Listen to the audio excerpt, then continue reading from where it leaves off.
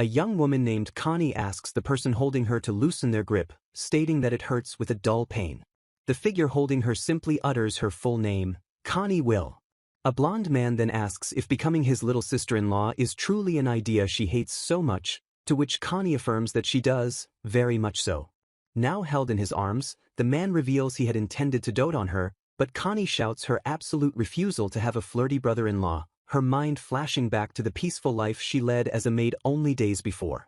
At Castle Harbian, she stands alone, wondering how her situation became so complicated. In a flashback, Connie overhears her fellow maids running through a hallway, excitedly announcing that the poll results are in. The other maids gossip amongst themselves, confirming their prediction that Prince Julian, the second prince, had won. One maid wonders if he's a womanizer, while another insists that's what makes him great, calling him the most handsome man in the castle and adding that Deputy Commander Dagra is also nice.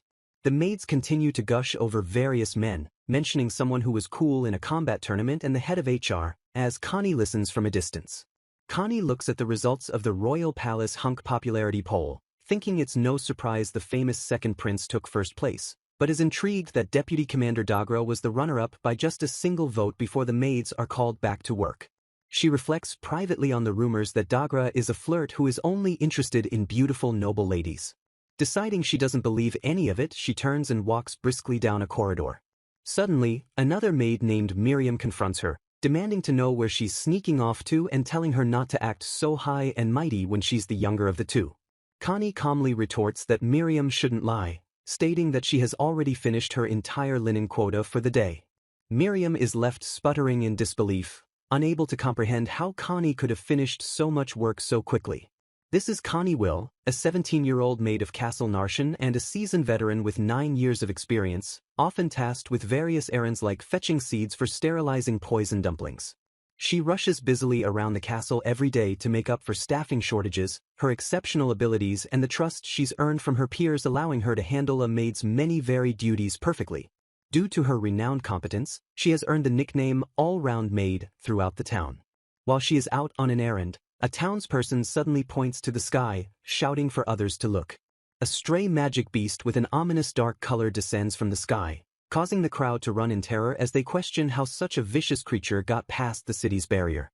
Two onlookers speculate that a malfunction in the barrier's magical device must be the cause, seeing the chaos as a lucky opportunity for themselves.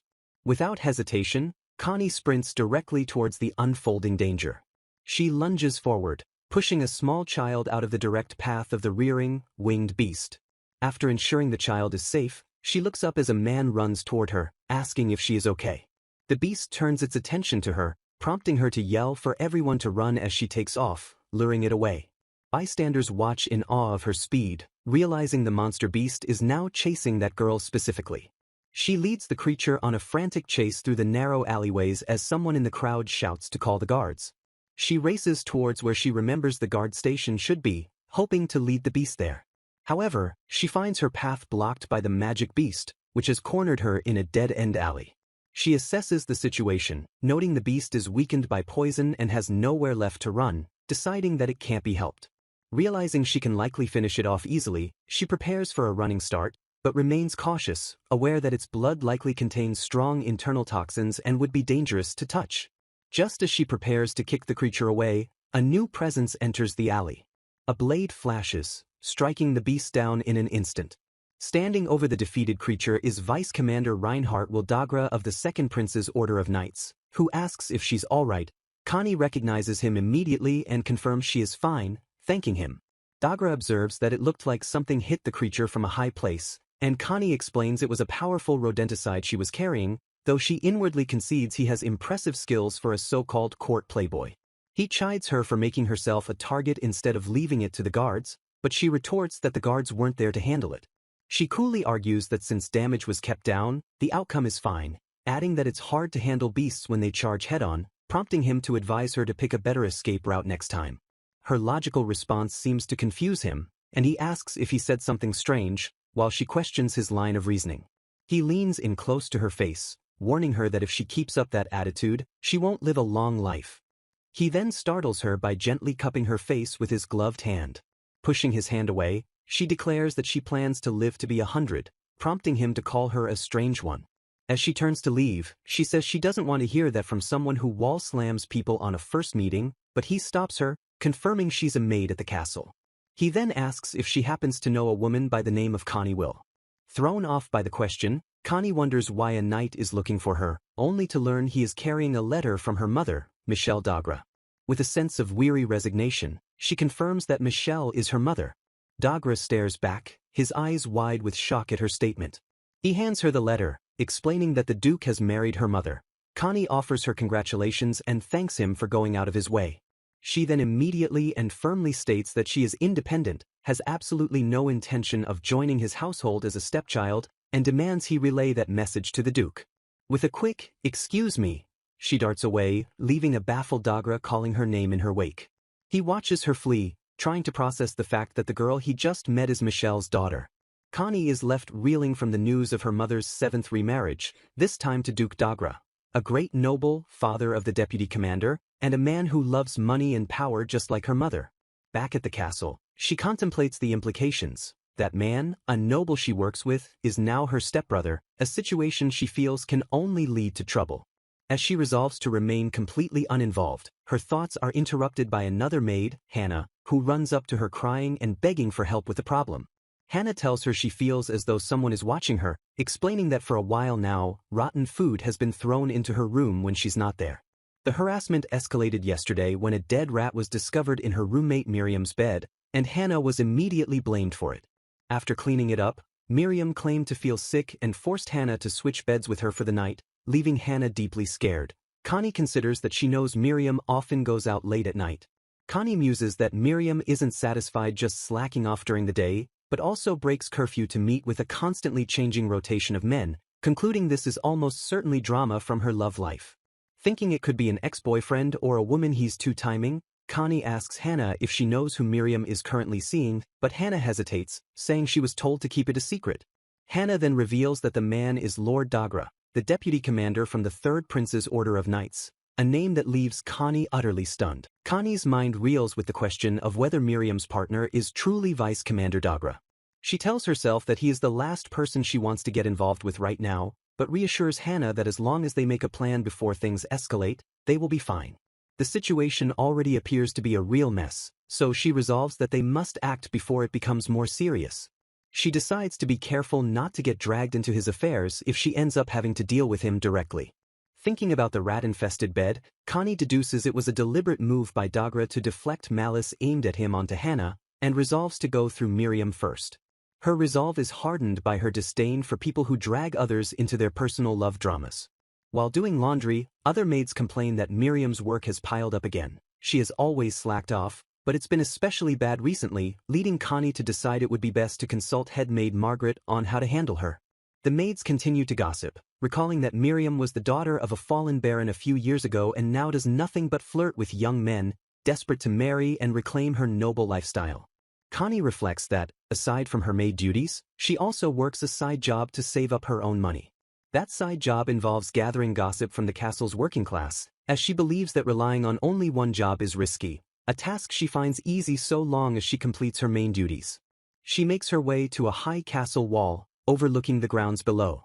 Having figured she could climb up while cleaning, she finds her vantage point near a small sanctuary, from which she can clearly see the entrance to the military facility. She spots Miriam peeking in at the knights, getting in the way of their training, just as the rumors suggested. Through her spyglass, she confirms the person Miriam is focused on is Deputy Commander Dagra. She watches them flirting during work hours, though it seems to be more than just simple flirting. It feels to Connie like Miriam is the one pushing things one-sidedly, trying to get the womanizer to declare her his true love, which Connie considers a waste of time. Through the lens, she suddenly notices something else happening. A dark figure is lurking in the shadows nearby, also watching the pair. Connie lowers her spyglass, her expression turning serious. Another maid emerges from the shadows and confronts Miriam and Dagra. Connie immediately intervenes, apologizing to the knight for the trouble her junior has caused and stating she will take Miriam away. Miriam protests, claiming she's not feeling well and needs to leave early. Dagra remarks on how she is speaking to him as if they've never met before and asks if she did something to offend him, while Connie thinks that she'd rather he not stir things up in front of his fiancées. He then asks if she has read the letter, and when she confirms she has, she states her intention to send her reply directly to her mother. He dismisses this, telling her to pack her things and file a return home request today, as he will send someone to pick her up tomorrow, but she flatly refuses to go. He asks why she would refuse, even if he told her that Michelle genuinely wants to see her. She repeats firmly that she does not want to see her, her casual reference to Michelle, without honorifics catching Dagra's attention. Miriam clings to Dagra, whining that she isn't feeling well, and he offers to guide her to a nearby resting place, but Connie interrupts, declaring she will take Miriam back to the dormitory herself. Dagra tries to stop her, insisting he still has things to discuss with her, but she simply says, "I don't," and continues walking away. He calls out, asking if it isn't cruel to make her walk when she's not feeling well, as Miriam weakly claims she can't walk anymore. The word cruel seems to strike a nerve with Connie. She turns with a sharp glare, asking if they are kidding her and questioning whether Miriam is getting paid for doing nothing. Just then, a man identified as Captain Jean Bold of the Second Order of Knights arrives, yelling Reinhardt, and demanding to know if Dagra is slacking off again. Dagra tries to explain, but Captain Bold silences him, tells him he's had enough of the excuses, and orders him to come with him. As Dagra is dragged away, a defeated Miriam mutters, "You little," while Connie smiles, thinking that is what one should expect from a superior officer. Miriam turns her fury on Connie, screaming about her precious rendezvous and demanding to know why a plain-looking girl is getting in her way, but Connie calmly states that Miriam doesn't seem to need any rest. As she drags Miriam away, Miriam complains about the letter and the command to go welcome her, to which Connie replies that some things in this world are better left unknown. Miriam continues to rage, calling Connie high and mighty, while Connie thinks to herself that a maid's gossip travels 1,000 miles and spreading trouble is the height of foolishness. She firmly tells Miriam, "I'm your senior," and continues to lead her away as the rest of the plan begins to form in her mind. That night, a figure quietly enters the maid's dormitory and approaches a bed. In the dark room, 2 beds are visible, with a figure sleeping under the covers in one of them. A shadowy attacker with long dark hair and a knife looms over the bed. The attacker, a maid named Belle Pine, curses the person in the bed as a filthy sow, enraged that she was warned for flirting with her Lord Dagra. She begins stabbing the bed repeatedly, ranting about how Dagra told her that no one is interested in the target's radish legs and flabby breasts, calling her a disgrace. From the doorway, Connie holds a hand over Hannah's mouth as they and other maids watch the violent scene unfold in horror. The lights suddenly turn on, revealing the attacker to be Belle Pine, with another maid named Molly as her accomplice, and they are shocked to see blood on the sheets. Connie recalls seeing the maid assigned to the queen, Belle, glaring at Miriam with a terrifying look earlier that day.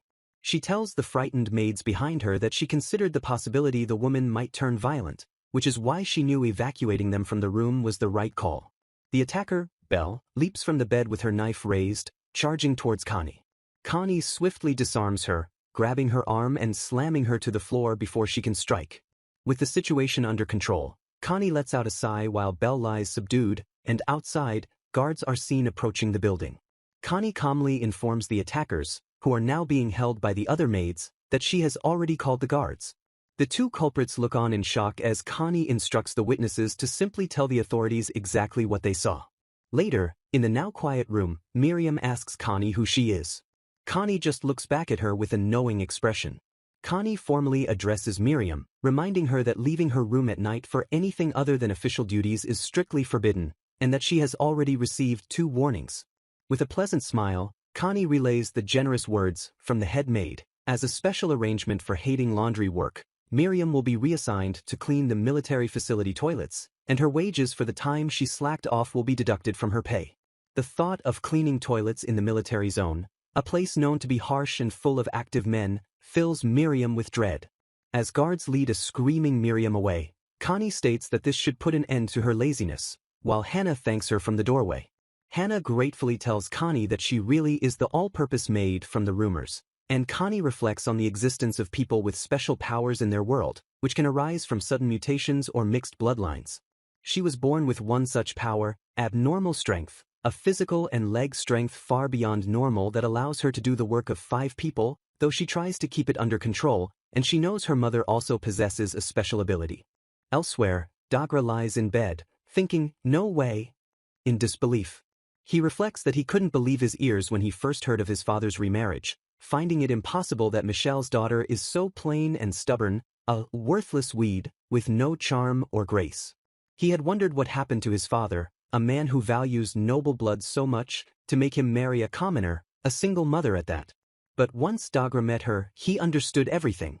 He had been a fan of hers since his school days. She was Michelle, the diva of the luminous troupe, a woman with miraculous beauty and a heavenly voice who still captivated male fans after 20 years on stage, and the shock of her marrying his father was so great he couldn't eat or sleep for 3 days.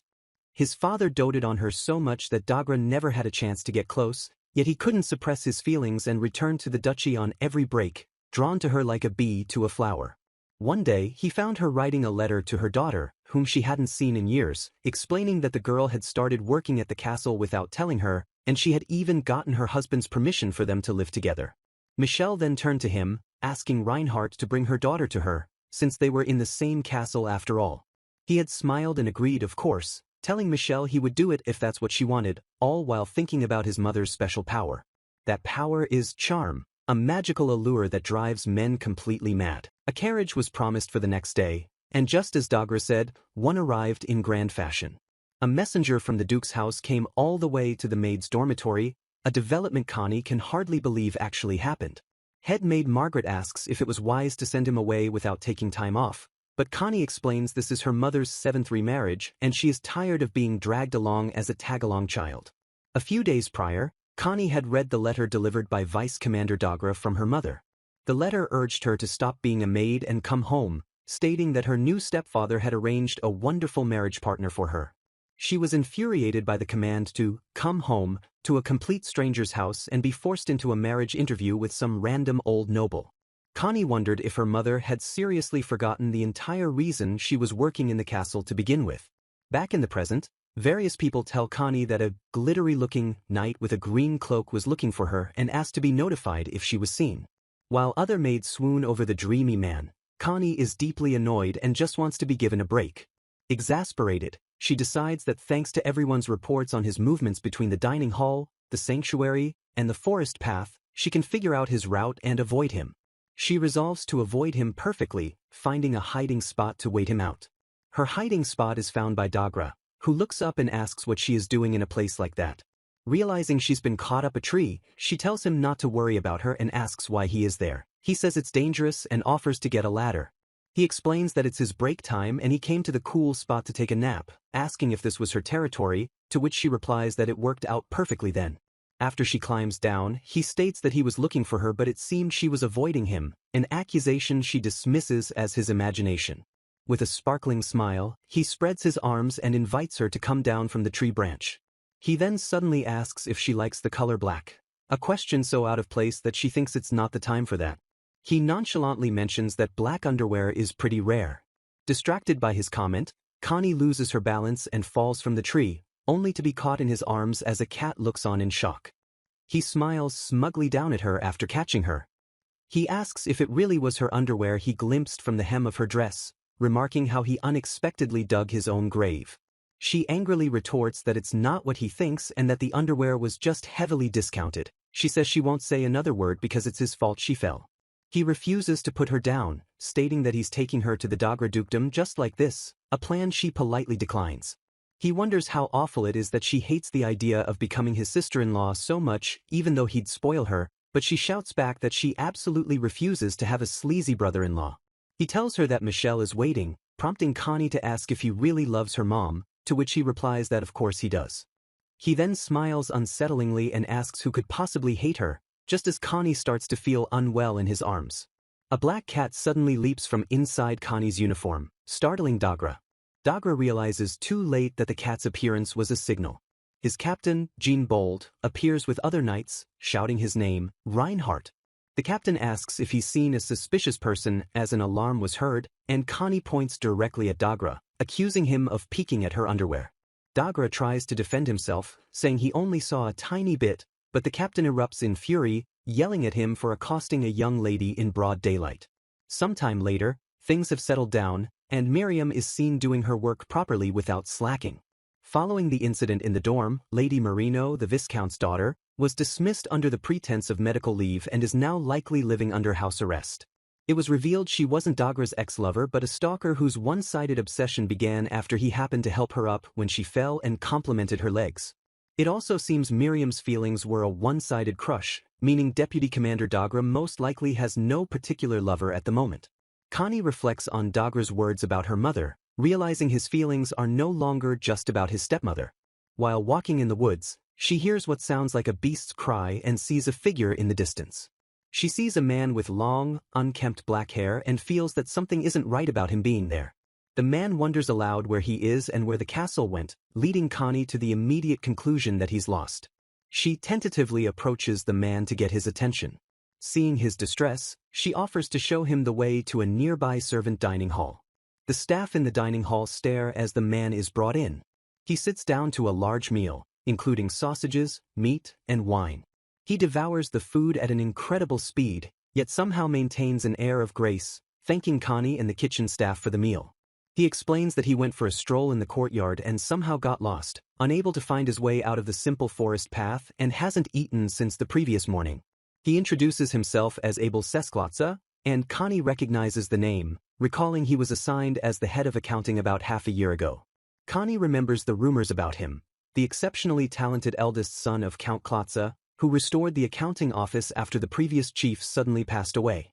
She also recalls gossip that he's always holed up in his office like a bear and looks like an old man despite being only 25.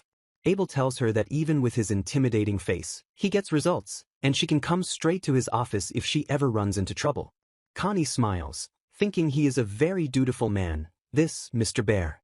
After his meal, she offers to guide him to his office, immediately having to correct him when he starts walking in the wrong direction. A few days later, a chef informs Connie that Deputy Commander Dagra was looking for her again, but she dismissively tells him to please ignore the man. The chef asks if she's sure, suggesting she should talk to him at least once, but Connie replies that Dagra doesn't listen and only makes one-sided demands. She wishes he would just give up, but the chef warns her that while he doesn't know the full story, she should watch her back around Dagra. Connie sighs, knowing she can't easily dismiss the issue since the other party is a noble. Later, while resting, she prepares her bed in the dormitory. Hearing a knock at her door, she wonders who it could be as she should be the only one there, only for a voice to announce, "It's Dagra." He lets himself in and she angrily demands to know how he dares enter without permission. He calmly states that he knows she's been cautiously avoiding him lately. She reminds him this is the girls' dormitory, but he ignores her, asking directly why she is avoiding him. With a bad feeling, Connie apologizes, explaining that her lack of a fixed workplace made it hard to know where she was when he sent messages, and asks what he needs. He exasperates her by repeating his desire to welcome her into his family, stating his father also has no objections. She accuses him of being persistent just to appease his mother, fully intending to kick her out right after for the wonderful match the master has prepared. When he asks if she hates her mother, Connie clarifies that it's not a matter of like or dislike. A noble title is simply a heavy burden she doesn't deserve, and nothing good ever happens when she's around her mother. She explains that her mother's charm, the power to captivate an audience, targets her spouse and children once she marries, causing them to direct their obsessive jealousy toward Connie. When her mother wasn't looking, her stepfamily would subject her to petty harassment, their affection amplified and twisted by the power of charm. She received the same kind of abuse during her mother's second and third remarriages from people who didn't even realize what they were doing. During one of those times, the worst incident occurred, leading Connie to conclude that to her, her mother is the very source of all calamity. Dagra's tone softens, and he says he understands and will give up on bringing her into the family, but asks if she could meet Michelle just once, somewhere other than the Duke's estate. Connie still refuses, but Dagra decides there is no helping it and breaks the lock on her door with his strength. He approaches her with a determined look, and she realizes with dread what is about to happen. He grabs her arm, beginning to drag her from the room against her will. Connie is thrust into a carriage against her will. Outside, the night Dagra instructs a servant to handle the rest, and the servant confidently agrees. Dagra departs, satisfied that the matter is resolved and that Connie's mother, Michelle, will surely thank him. A traumatic memory surfaces in Connie's mind of herself as a small child, running from a bloody scene. The flashback continues with the image of a door creaking open. A close-up shows the wide, terrified eyes of young Connie. Back in the present, Connie is thrown onto a couch inside the moving carriage. She awakens disoriented, asking where she is, And Dagra's servant informs her she's in a beast-drawn carriage and woke up faster than the expected 2 hours. The servant, identified as being from House Dagra for an inspection, grabs Connie furiously, demanding to know how she dares to trouble Lord Reinhardt. He shoves her to the floor, twisting her wrist and calling her a filthy commoner. She realizes he must have drugged her. As she lies on the floor, he kicks her and calls her an ill-mannered servant. Connie rises to her feet and calmly points out that he was supposed to be welcoming a guest, causing him to recoil in shock. She remarks on the spaciousness of the Duke's carriage, noting it's large enough for a full-course beating, and coldly informs the servant that they won't need a pickup ever again, telling him to relay the message to the Duke. Connie proceeds to violently beat the servant. She then hurls him out of the moving carriage. After jumping out of the carriage herself, she lands and cries out in pain, clutching her now injured left hand. Realizing she is quite far from the castle town, she resigns herself to walking back, feeling that she knew it would come to this. She spots the town in the distance but knows she is far past curfew when she sees flying creatures that she identifies not as wild beasts, but as possessed ones. Panic sets in as she recalls that while the city is protected by barriers, the outside world is home to vicious beasts and tainted ones, humans possessed by demons, whose cruelty is beyond compare. The possessed creatures fly over the city's protective wall. Just as she is about to be attacked, someone pulls her to safety. A familiar guard scolds her for being out alone past curfew but expresses relief that he was watching from above. Connie thanks him for saving her. As she walks through the empty town streets, she fumes over her disastrous day of being kidnapped and chased, feeling that simply beating the servant wasn't enough to vent her rage. Her path is suddenly blocked by 3 menacing-looking men. She sighs in exhaustion, muttering that it's just one thing after another. As the men leer at her, she decides she can no longer hold back and vows to make them puke stomach acid if they mess with her.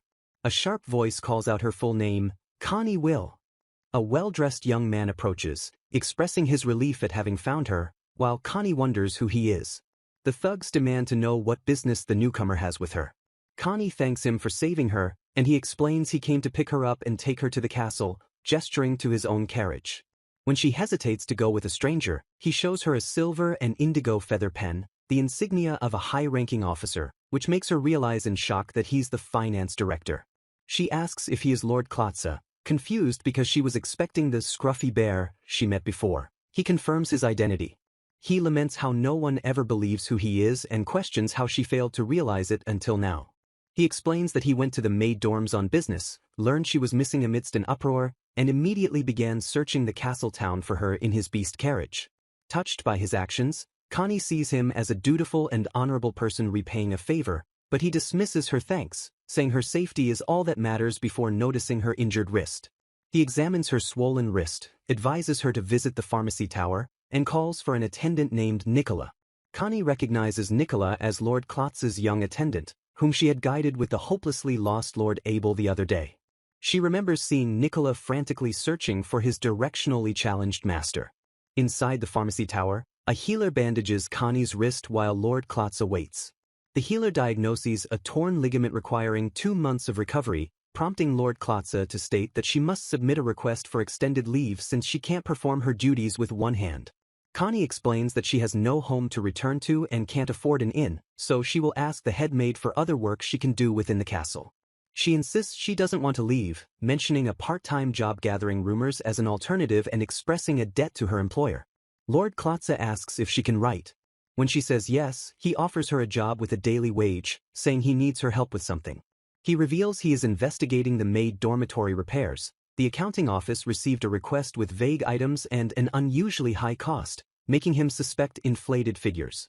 Connie confirms the building is incredibly old, and he agrees, stating it was far more rundown than he imagined when he inspected it himself.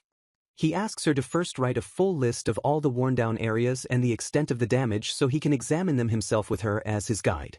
He considers that if repairs aren't sufficient, a full reconstruction of the dormitory might be necessary, a real possibility in Connie's view. Asked if 3 days is enough time, Connie eagerly declares she will finish the investigation by tomorrow, determined to gather a mountain of evidence to prove reconstruction is necessary. Realizing this investigation was the reason he came to the dorm, she confidently tells him to leave it to her. She commends him for being a serious and diligent person to visit personally, but he admits that was merely a pretense for his visit. Upon their return to the castle grounds, a crowd of maids rushes toward them, crying out Connie's name in relief. They tell her everyone was worried and had been searching for her. She apologizes, not having realized her disappearance had caused such a big deal. One of the maids scolds her, demanding to know where she went and saying they were all worried sick. Miriam adds that she found the broken door to Connie's room and feared she had been attacked by burglars, surprising Connie that Miriam was also concerned. The maids then notice her bandaged wrist, and Miriam wonders if there's a connection to Lord Dogra's search for her, a suggestion Connie vehemently denies. The other maids erupt with questions, realizing she was abducted and demanding to know by whom, with some guessing Lord Dogra. To explain the situation, Connie begins by telling them that her mother is a stage singer. Lord Klotza clarifies to his attendant that her mother is a famous diva with many fans, and Vice Captain Dogra is one of them who approached Connie to get her mother's attention. When asked how it escalated to an abduction, Connie explains she heard her mother wanted to see her but asks the others to keep the remarriage aspect quiet. She tells them she has been estranged from her mother for years and wanted no part in it, but when she refused, they forced their way into her room. The other maids are outraged, calling the action incredibly selfish and vowing they will never forgive someone for hurting a girl like that. Their admiration for Dogra shatters as they express their disillusionment, disgusted that a knight would resort to violence and noting his reputation has now plummeted. Lord Klotza listens and then asks Connie to confirm if the core issue is that the women in her life become unusually infatuated with her mother. The head maid tells everyone to disperse as it's getting late, and Connie feels relieved they didn't pry further into her family matters. She knows that by tomorrow, Dogra will inevitably hear about her escape. She steels herself, wondering how he and the others will respond to this turn of events. Elsewhere, Dogra is informed by his servant that Connie has disappeared, leaving him in stunned silence. Dogra stands in stunned silence, processing the news of Connie's disappearance and wondering what on earth is going on. When the beast-drawn carriage he sent had arrived at the Duke's domain, Connie was nowhere to be seen. The servant who accompanied her was covered in bruises and could only repeat apologies for failing his mission, while even the coachman claimed to know nothing of what happened inside the carriage. Dogra considers the possibilities, knowing the Duke's domain is a half-day's ride through plains and wild terrain where bandits and beasts often appear. His thoughts spiral as he fears the worst, believing she must have jumped from the carriage and been attacked. He resolves that he has to go look for her. Just as he is about to leave, his captain stops him, informing him that Prince Julian will be attending a tea party and that he is to accompany him as a guard. Dogra asks if someone else can take his place, but the captain denies the request, stating that the Princess of Red Rum specifically asked for him, a testament to his popularity. Forced to attend the party, Dogra can only leave the search for Connie to the messengers. He is consumed by worry for Connie's safety, regretting that he forced her to come with him and wishing he had spent more time trying to convince her. A voice calls his name, Reinhardt. Prince Julian approaches, noting that Reinhardt seems totally out of it and asking if he's found a new lover or if he's even listening. Dogra assures him that he is, but Princess Mediofer, the third princess of the neighboring country Red Rum, calls him a liar. The political situation is tense, as Prince Julian, son of the king's favorite consort, is in a succession battle with Prince Dominic, the son of the queen, who is the younger sister of Redrum's current king. Aware that his opponents might try to use the princess to their advantage, Dogra remains cautious, noting that there doesn't appear to be any poison. Princess Mediofer asks who the lucky lady is that has captured Reinhardt's heart, and he claims he is nursing a broken heart because the woman he loves is already married. Later, his captain warns him that the princess seems fond of him and is likely trying to lure him into her political camp with her charms, an idea Dogra finds to be a pain. Dogra dismisses the concern, stating he doesn't have the kind of loyalty that wavers due to a woman's charm and is no longer interested in anyone other than Michelle, just as an attendant informs him the princess wants to tour the knight's training grounds. Claiming he has official duties, Dogra hands off the task of guiding the princess to another attendant. As he watches the tour proceed without him, he wonders how the search is going, his thoughts still on Connie. He continues to watch the training grounds from a distance. Suddenly, in the distance, he thinks he sees Connie. He becomes distracted during a sparring match, and his opponent warns him not to lose focus. He asks another knight if she came back, and the knight confirms he saw her heading toward the office building. Meanwhile, Connie presents a folder to Lord Klotza, explaining it is a summary of all the needed repairs for the two maid dormitories. Lord Klotza is astonished, unable to believe she finished the entire report in a single day. He flips through the pages, impressed by her thoroughness, noting that she even inspected under the floors and behind the ceilings, which must have been difficult with her injured hand. He finds her report format very easy to read and asks if she came up with it herself, to which she replies that she regularly keeps memos and tries to make them efficient to review. He also notes that she knew exactly where his room was, asking if she got lost in the complicated corridors of the office wing. She smiles and says no, explaining that a wonderful person in the courtyard kindly showed her the way. Lord Klotza looks out his window, questioning who this wonderful person could be. He sees Prince Julian walking in the courtyard below and wonders if he and Connie know each other. After finishing her business, Connie leaves, thinking that Lord Klotza is a wonderful person who was true to his word and generous with her wages. As she walks back, she realizes the sun is already setting and she should hurry back to the dorm. She chides herself for getting so absorbed in her investigation that she forgot about Dagra, who has likely been searching for her. Realizing she is walking into an ambush, she sees him waiting. She approaches her room, noting the door is still broken from his previous intrusion. Miriam and 2 other maids step out to meet Dagra, greeting him coolly and demanding to know why he thinks he has to be dragged around like this. Dagra is taken aback by Miriam's different attitude, as she used to cling to him all the time. She asks what business he has there. He simply states, "I'm waiting for Connie," which seems to trigger the maids. Miriam says she sees, then casually mentions how dangerous things have been lately. She recounts how a kidnapper barged into one of the dorm rooms just yesterday, kicking in a locked door. She continues the story, explaining that while the girl came back safely, her left wrist was grabbed by the kidnapper and became swollen, a pitiful sight to see. The maids elaborate that the girl was drugged and woke up in a magic beast carriage heading out of the capital. The injury will take 2 months to heal, shocking Dagra, who asks if he was the one who injured her. They add that the servant he was with, who worked with human traffickers, also shoved the girl, and Hannah complains that she was almost stepped on by high heels. Dagra is left speechless as Miriam tells him it's late and politely asks him to leave. As he walks away, Connie watches from the bushes, unable to move. After he is gone, the maids tell her it's safe to come out, and she announces that she's back. Dagra reflects on the incident, horrified to think that he put Connie through something so terrible and that he lost control trying not to let them escape. He thinks about how he was careless, recalling that the knights of the Dagra family have always possessed superhuman strength, a power passed down through generations from ancestors with inhuman blood. He knows he sometimes loses control of his strength in battle, and when he gets heated, especially when someone insults Michelle, he is terrified to think he might have turned that power on a frail woman. He returns to the now empty dormitory, wondering if she is still not back. He enters her room, thinking that he isn't planning to take her out again, but at the very least, he wanted to apologize in person. Elsewhere, Lord Klotza holds up a lantern, inspecting the dormitory's dilapidated structure with Connie and remarking that it's terrible. Today, they are inspecting the damaged parts of the building. He notes that the support pillars have been eaten by insects and the structure looks like it might collapse within a year or 2. The narrative explains that they are guiding Lady Klotza through the maid's dormitory. They arrive at Connie's room, and Lord Klotza asks if this is the one he heard about. She confirms it's the door that was broken by a certain knight. He asks if she knows Deputy Commander Dagra, but she says no, she only knows the rumors about his womanizing, having only been in the capital for 6 months and keeping to herself in the accounting office. Lord Klotza laments that after this incident, he can clearly see Dagra is a man with no sense for forcing his way into a woman's room. Connie adds that he also snuck in late the previous night. Lord Klotza is shocked to hear this, but Connie reassures him not to worry. She explains that just in case, she hid and slept inside the cupboard, managing to get through the night safely, which leaves him speechless. One of Lord Klotza's men calls Dagra a real piece of work and suggests reporting him to his superior.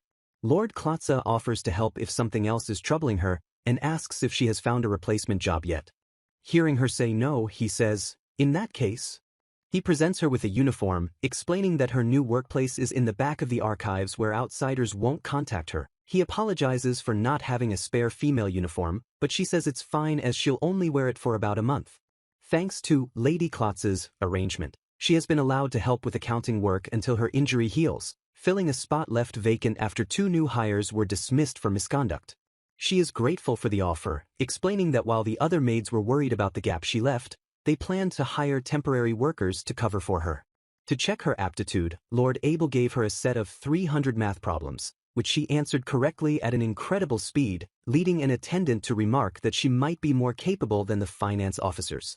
Her investigative ability is noted as being beyond that of a normal maid, and her calculation skills are flawless. Lord Klotza wonders to himself just who this woman is.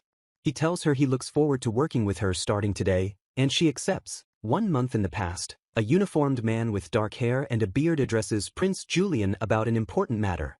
Prince Julian, a man with two-toned hair, sits at a desk listening intently. The prince asks if the man is referring to the pest in the accounting office, remarking that this individual has powerful backing, making them difficult to deal with directly. The prince clarifies that he isn't suggesting a direct confrontation but is instead finding a suitable person to handle the situation, entrusting the task to the uniformed man. With a charming smile, the prince then asks the man, Abel, about his ideal type of woman. Abel is taken aback by the sudden question, but the prince points out that at age 25, it's natural for him to consider marriage. The prince explains that since Abel successfully rebuilt the accounting office, he wants to introduce him to a fine young woman, though Abel suspects it's merely a political move to bind him, noting he has been courted by other princely factions for years. Abel politely declines, stating his tastes don't align with the ladies of the court and that he prefers a woman who cooks well, doesn't complain, and possesses a strong inner core, a description that an observer notes rules out noble daughters. Prince Julian grins, revealing that he knows one girl who perfectly matches Abel's description. He identifies her as a castle maid named Connie Will, and Abel wonders if it is the same blue-haired, glasses-wearing girl he knows. The prince remarks on Abel's poor sense of direction, recalling how Connie once guided him in the dark, and advises him to shave before their next meeting, calling her a good choice, which makes Abel sigh, feeling that meeting her now to express his thanks would be awkward. Abel asks how His Highness came to know the maid, and the prince realizes that the investigation at the maid's dormitory could serve as a perfect excuse for a visit. The prince playfully suggests he might reveal how he knows Connie if Abel agrees to become one of his retainers, prompting Abel to make a hasty exit as he is reminded once more to shave. Back in the present, Abel's attendant insists on giving him a full makeover to improve his appearance, though Abel protests that a simple bath would be enough, leading the attendant to ask if Abel is aware of his reputation within the palace. The attendant tearfully lists the cruel nicknames, such as a toad in a dress or a shady, balding old man, and says he can't bear to see his brilliant master insulted so, convincing Abel to finally agree. Abel reflects that since taking his current post, he has let his appearance go, causing maids to tremble at his sight, yet he recalls that Connie was different, speaking to him normally and without fear during their first encounter. Now freshly groomed, Abel is brought back to the present by his attendant calling his name. The attendant inquires if anything is amiss before announcing that Miss Connie has arrived and wishes to discuss something with him. Connie stands before Abel and makes an unusual request, to be allowed to sleep in the archives because both maid dormitories are scheduled for demolition following an inspection. A diagram explains the logistical issue, showing that all the maids are being forced into one remaining building while new dorms are constructed, creating severely cramped conditions. Connie expresses her discomfort with the crowded situation, particularly the thought of a certain night being there, and Abel understands her plight, agreeing to help. Abel offers her an open room in the bureaucrat's dormitory, mentioning its convenient proximity to the administrative wing. She politely refuses, preferring the archives and promising to be unobtrusive, but Abel denies the request due to late-night overtime traffic. He then reveals that the only available room is a luxurious one meant for high-ranking nobles. Ultimately, Connie accepts Lord Klotza's generous offer and moves her belongings into the opulent room. Settling in, she steels her resolve to at least complete the work she has been given. After a week on the job, Connie is engrossed in her main task of reviewing invoices for Lord Klotza, signing off on correct ones and returning those with errors, but her concentration is broken when a man rudely addresses her as Glasses Girl. Several other officials approach, dumping stacks of their own work onto her desk and telling her to handle it because they are too busy. Connie sits stoically before the pile of documents, thinking how these men always take advantage of the chief accountant's absence to palm off their responsibilities. An hour passes, and she discovers an invoice with a blank total field, only for one of the men to derisively tell the plain girl to calculate it, claiming that's the only reason she was hired. Another man condescendingly boasts that he is faster at the work but is teaching the newbie, for which she should be grateful, prompting Connie to coolly suggest that he should do it himself then. The men begin to speculate amongst themselves whether their boss's recent strange mood is because he is trying to impress the new girl. They quickly dismiss the idea with laughter, mocking her as a frumpy country girl with sloppy clothes and no appeal. While one man continues to laugh, Connie silently glares at him, her hand gripping a nearby abacus tightly. She quietly asks another man, who is eating noisily, to please stop. The man sneers, angered that a plain-looking girl is talking back to him. With a sudden movement, Connie strikes the man squarely on the forehead. He collapses to the ground in shock as Connie adjusts her glasses, stating her disdain for incompetent men who run their mouths but don't do their work. The man scrambles up, furious, and declares his status as a member of the House of Count Natzia, questioning how she dares to touch him. Connie responds by striking him and his companion again, sending them both reeling. The man sits dazed on the floor, a wisp of steam rising from his head. His friend expresses utter disbelief that he fainted from a simple forehead flick, as Connie reiterates her hatred for men who don't work. She continues, adding that she also can't stand people who eat loudly next to someone trying to focus. Connie confronts the last remaining man, telling him his rude comments about her being a girl of marriageable age hurt her feelings, then grabs him and tells him to go fly through the air. He is thrown out of the window, screaming apologies and vowing never to eat at work or insult women again. Abel and his attendant observe the aftermath from the doorway, and Abel calmly asks for an explanation. Upon entering the chaotic office, Abel asks what transpired. Connie reports simply that one man has passed out while the other is cleaning a mess he made, an explanation Abel seems to accept without question. One of the men tries to argue that there was much more to the story, but Abel silences him. Abel then apologizes to Connie for using her as bait, but she dismisses it and hands him the proof he needs, a falsified and inflated invoice. He explains the scheme. The two men would have a new hire check the documents, exploiting their inexperience, and then immediately retrieve the signed forms before the fraud could be discovered. The scene flashes back to Prince Julian telling Lord Klotza, Abel, that events unfolded as predicted, referencing the recent firing of a new official for misconduct. That official, caught falsifying documents, had attempted to escape during questioning and fell from a window, leaving him in a coma. Abel explains that he suspected a larger conspiracy, as the quiet official was unlikely to have acted alone, which is why he enlisted the newly joined Connie to investigate. Connie outlines the fraud. The invoice for castle consumables had its order quantity altered, with the document being sent directly to the treasury manager to bypass regular checks, allowing the perpetrator to pocket the excess funds. She astutely notes that if the plan had succeeded, she, as the new hire who provided the final signature, would have taken the fall, just like the previous official, since a final approval is required for any treasury withdrawal. Abel lists the small number of people with the authority to sign such documents: the king, the chancellor and his first secretary, the finance minister, and 5 treasury secretaries.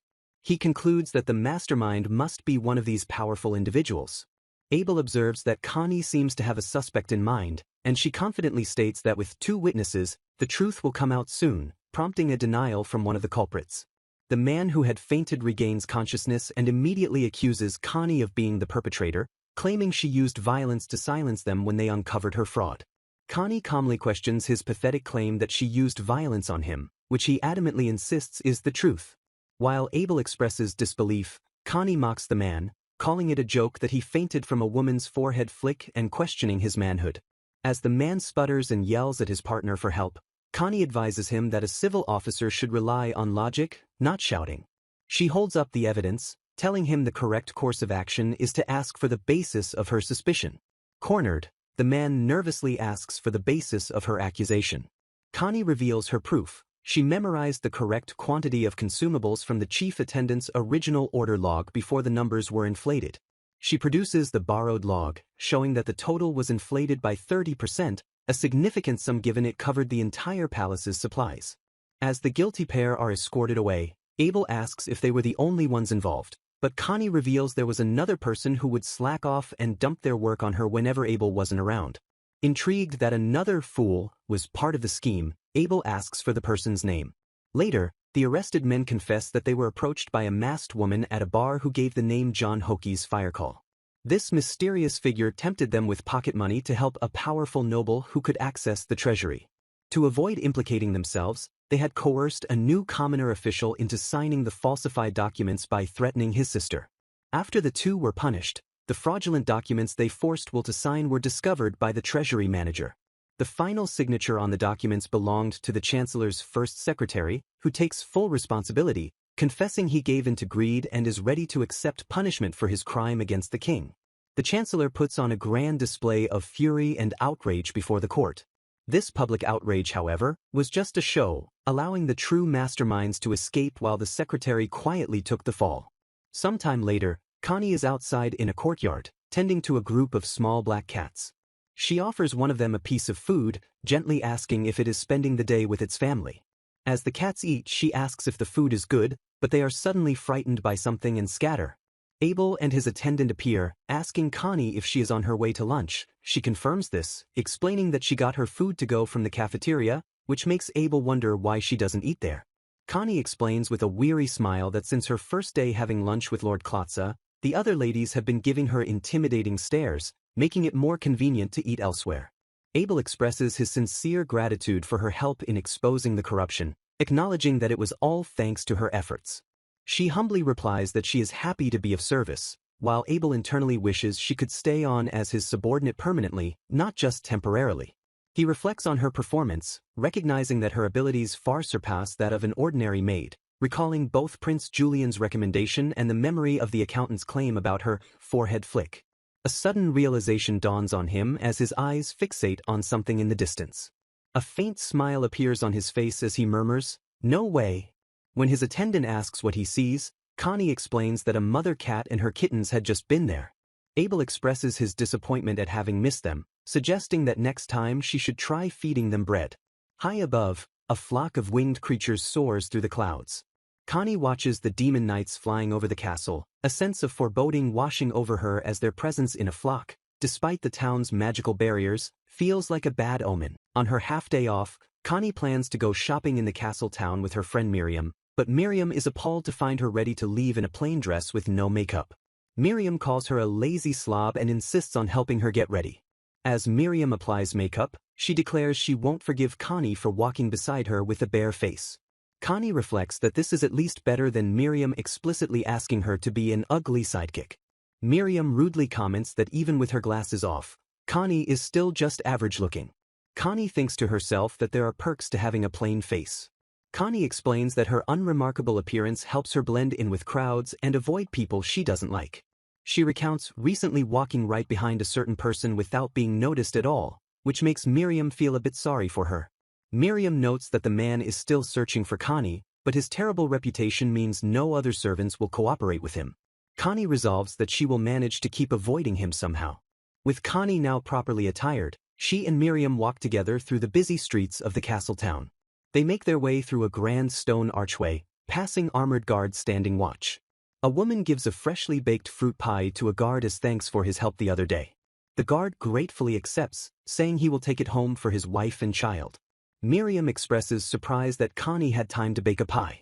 Connie clarifies that she prepared the dough the previous night and simply baked it in the morning. Connie explains that the bureaucrat's dormitory has a very convenient shared kitchen. Miriam is amazed to hear it is equipped with a bread oven, an ice room, and even a magical device for making ice. The two friends enjoy their shopping trip, browsing dresses in a boutique and looking at goods displayed at a market stall. Inside a shop filled with elegant items, Miriam considers a purchase while Connie looks on with a smile. Connie correctly guesses that Miriam is looking for a gift to celebrate her sister giving birth. Miriam confirms she wants to buy silverwork but finds it too expensive, as even the cheapest option is beyond her budget. Connie suggests she buy a more affordable gift for now and save up for the silverwork later. Connie adds that in Miriam's case, it might be more effective to attract a nobleman than to try and save money by working. Miriam's expression hardens as she declares that she is done with noblemen, calling them prideful, annoying, and arrogant. Connie is surprised by this significant change in her friend's attitude. Changing the subject, Miriam points out that Connie's glasses are dirty. Before Connie can react, Miriam snatches the glasses from her face, complaining that the drab spectacles ruin the presentable look she worked hard to create. Connie protests, asking her to wait. Connie urgently explains that the glasses are not just any accessory, they were a gift from someone very dear to her. Realizing her mistake, Miriam apologizes and hands them back, observing that they don't seem to have a prescription. Miriam remarks that while Connie's eyes usually look dull like withered grass, they turn a bright yellow-green when her glasses are off. The moment Connie puts her glasses back on, her eyes revert to their normal color, leaving Miriam to wonder what kind of trick it is. In the background, Lord Dagra is accidentally pushed over in the crowd. A memory flashes of a woman in a fine dress showing off new shoes to a man named Reinhardt, who tells her they suit her very well. In the memory, the woman, delighted by Reinhardt's good taste, asks the shop attendant to find a dress that matches the shoes. The scene shifts to two guards standing watch, with one complaining that he wants to go home or at least switch posts with the front guards. It is revealed that Her Highness the Princess is returning to Red Ram tomorrow, but she insists on visiting the trendy shops in the castle town first, meaning the guards must put up with her whims for one more day. A few days have now passed since Connie was displaced from the Maid dormitory. Demolition on the building has begun, but Connie's current whereabouts are still unknown. The head maid reports that she checked the other building for Connie but couldn't find her.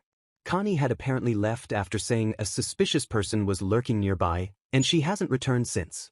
Lord Dagra is distraught to hear that Connie might be sleeping outside in a tree somewhere. He had asked the head maid to apologize to her on his behalf, but was coldly told it was too late for that. He accepts that he can't blame her, acknowledging that this entire situation is his own fault. The thought of her camping outdoors because of his mistake fills him with guilt. Frustrated, Lord Dagra searches the town streets, cursing as he wonders where that weed of a girl could be. Suddenly, he stops dead in his tracks, his eyes wide with shock at something he sees. He is certain he just saw Connie, her eyes shining a brilliant color, and wonders if it was Lord Dagra she was with. He whips around and runs through the crowded street, trying to follow the person he saw. He pauses, questioning if it was just his imagination before reaffirming his belief that he is sure it was Connie. An attendant approaches and asks Lord Dagra if something is wrong. He dismisses it as nothing and says they should go back.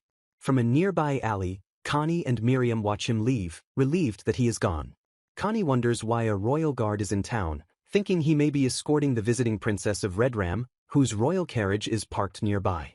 Lord Dagra thinks back on the girl he saw, noting her different clothes, hairstyle, and even her eye color seemed brighter than Connie's usually does.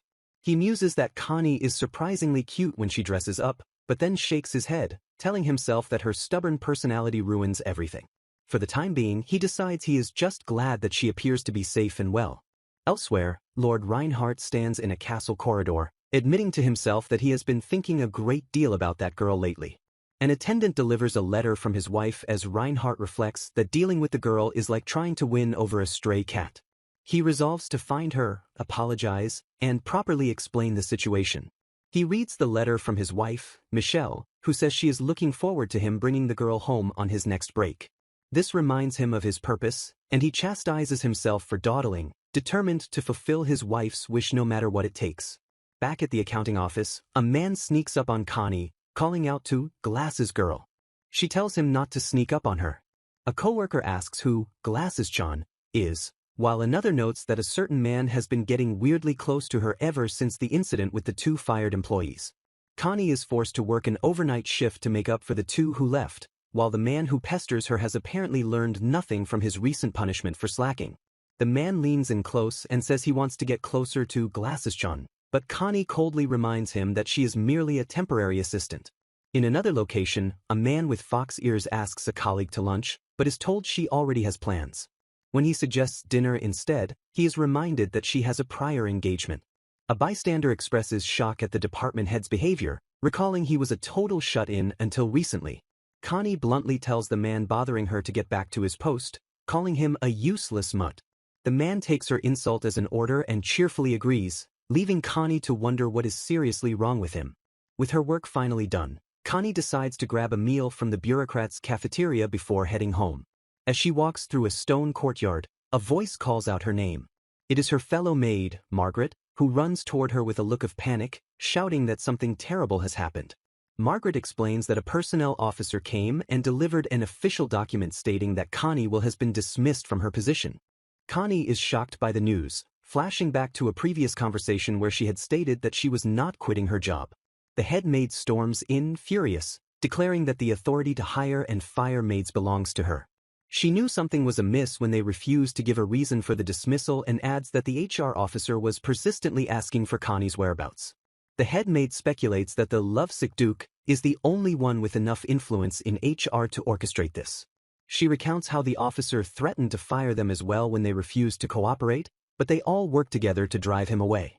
Just then, Lord Dagra appears, a slight smile on his face as he says, "I finally found you, Connie. Lord Dagra stands over Connie, informing her that she can no longer work in the castle. He states plainly that it is because she has been dismissed. The head maid steps forward, questioning who dismissed Connie and on what grounds, asserting that they cannot comply without a valid reason from the head of human resources. Connie asks Margaret to show her the documents the HR officer brought. After examining the paper, Connie confirms the signature is indeed that of the head of human resources, but declares the document invalid because a crucial part has been written incorrectly. She points to the job title section, explaining that while it's a temporary position, she is currently an official, not a maid, and the head of accounting filed the transfer paperwork on the day she was assigned, a fact the head of HR is aware of. Connie concludes that only a low-level clerk would be unaware of her status and that appropriate measures will be taken against the official who forged the head of HR's signature. The head maid realizes that if they bring this clear evidence of document forgery to the head of HR, the entire scheme involving the Dagra family will be ruined. Without warning, Lord Dagra grabs Connie and throws her over his shoulder. As Connie protests, he ignores her, stating that Michelle is waiting and they must go quickly. A wave of panic and trauma washes over Connie as she recognizes the look in his eyes, the same obsessive look she has seen before, and she resolves that she doesn't want to experience anything like that ever again. The head maid screams for help, shouting that it's a kidnapping, while Connie desperately wishes she could go home. Lord Klotza arrives with another man, demanding to know what Reinhardt is doing. Reinhardt calmly replies that he is just taking his sister-in-law to the Duke's estate and asks if there is a problem. Connie is relieved to see people gathering as Lord Klotza demands that Reinhardt untie the rope, stating they can discuss the situation later. Connie struggles against his grip, shocked by his ridiculous strength, but feels her consciousness begin to fade. A new voice cuts through the commotion, asking what is going on. Connie recognizes the voice instantly. Prince Julian calls out her name as he arrives on the scene. In an office, Prince Julian asks a man if he is certain he doesn't recall signing the dismissal notice for Connie. The prince presses the man, Lord Eisen, for confirmation.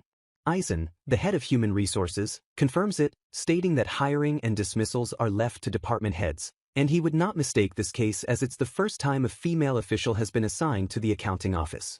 Eisen reveals that lately, dismissal notices with forged handwriting resembling his have been circulating, causing people to be unjustly fired, and notes that while the handwriting is similar, only the head of HR is authorized to use the special navy-colored ink. He explains that to prevent forgery, he uses a special magical ink. If anyone else uses it, the writing disappears without a trace after a few hours. Prince Julian looks at the document on his desk, noting that the ink has not disappeared, and remarks that this knowledge came in handy right away. The prince identifies the personnel officer who presented the documents to the head maid, noting he has ties to the Duke Dagra's household and a number of other offenses. The personnel officer confesses that he received orders from Duke Dagra to dismiss the maid. When the prince asks Reinhardt if he knew about this, he denies any knowledge. The prince observes that the forgers were unusually thorough, perfectly mimicking the head of personnel's handwriting and even using his special ink, something the head himself might not have noticed. The prince adds that he reviewed the list of those who were unjustly dismissed and found they were all promising workers with bright futures. He looks pointedly at Reinhardt, saying that he should understand the pain of having one's place taken away unfairly. Reinhardt is stunned, realizing he's now suspected of being involved in the other crimes and weakly protests that he didn't order that. Captain Boldo steps forward, telling Reinhardt he's heard that he has not been dedicated to his duties lately, and has even used his authority to threaten and injure a lower-ranking maid. He asks Reinhardt if he feels any shame as a knight and leader, then orders him to rest at home for a while, until he changes his mind. Prince Julian tells Reinhardt to make sure Duke Dagra also hears that while this matter may seem minor, corruption is treated as an act of treason against the royal family. As Reinhardt leaves, Captain Boldo follows, berating him for sneaking into a woman's room and asking if he is possessed. Reinhardt can only say Connie's name, lamenting that she was just so stubborn. Captain Boldo, having already heard the story from the head maid, retorts that all Connie did was refuse to go to the Duke's estate. He asks Reinhardt if his mother instructed him to bring the girl even if it meant hurting her, to which Reinhardt exclaims that she said nothing of the sort. The captain declares that Reinhardt is the root of all this evil and tells him to reflect on his actions. Reinhardt argues that Michelle wanted to see Connie, so it was only natural for him to make that happen no matter what it takes, but the captain tells him he is wrong. Overwhelmed with remorse, Reinhardt wonders why this keeps happening, admitting he lost control again and never intended to hurt her. He questions how he ever thought his actions were justified, remembering Michelle's letter and realizing its influence on him. Reinhardt muses that since he is under house arrest in his territory, he will be able to see Michelle every day. He awakens in a bed in what appears to be an apothecary, where a woman tells him he's finally awake. Lord Klotze and Connie enter the room. Connie is grateful for Lord Klotze's help, remarking that Reinhardt fainted just like that. Lord Klotze asks Connie if she is feeling okay and has any injuries. She confirms she was examined and that nothing is wrong. He insists on escorting her back to her quarters. She tries to refuse, saying she'll be fine and asking if he doesn't have work to do, but he insists, and she relents. After the kidnapping incident, Prince Julian took control of the situation, gathering all involved parties to expose the forged documents in the presence of the personnel chief. Lord Klotze reassures Connie that Deputy Commander Dagra was strictly warned and confined to his territory, so he won't be able to bother her anymore. She quietly acknowledges this, and he asks if he has caused her a lot of trouble. Connie reflects that if Reinhardt is confined to the Duke's estate, he will be near her mother, which makes it even more impossible for him to return to normal. At the estate, a beautiful woman welcomes Reinhardt home. The woman, Michelle, welcomes him home and asks if his stepdaughter isn't with him, correctly guessing that he made the personnel officer from the Branch family assist in his plan. Reinhardt realizes that, of course, his father would be there too. Reinhardt informs his father that the document forgery was exposed. His father is shocked when Reinhardt adds that Prince Julian considers corruption an act of treason.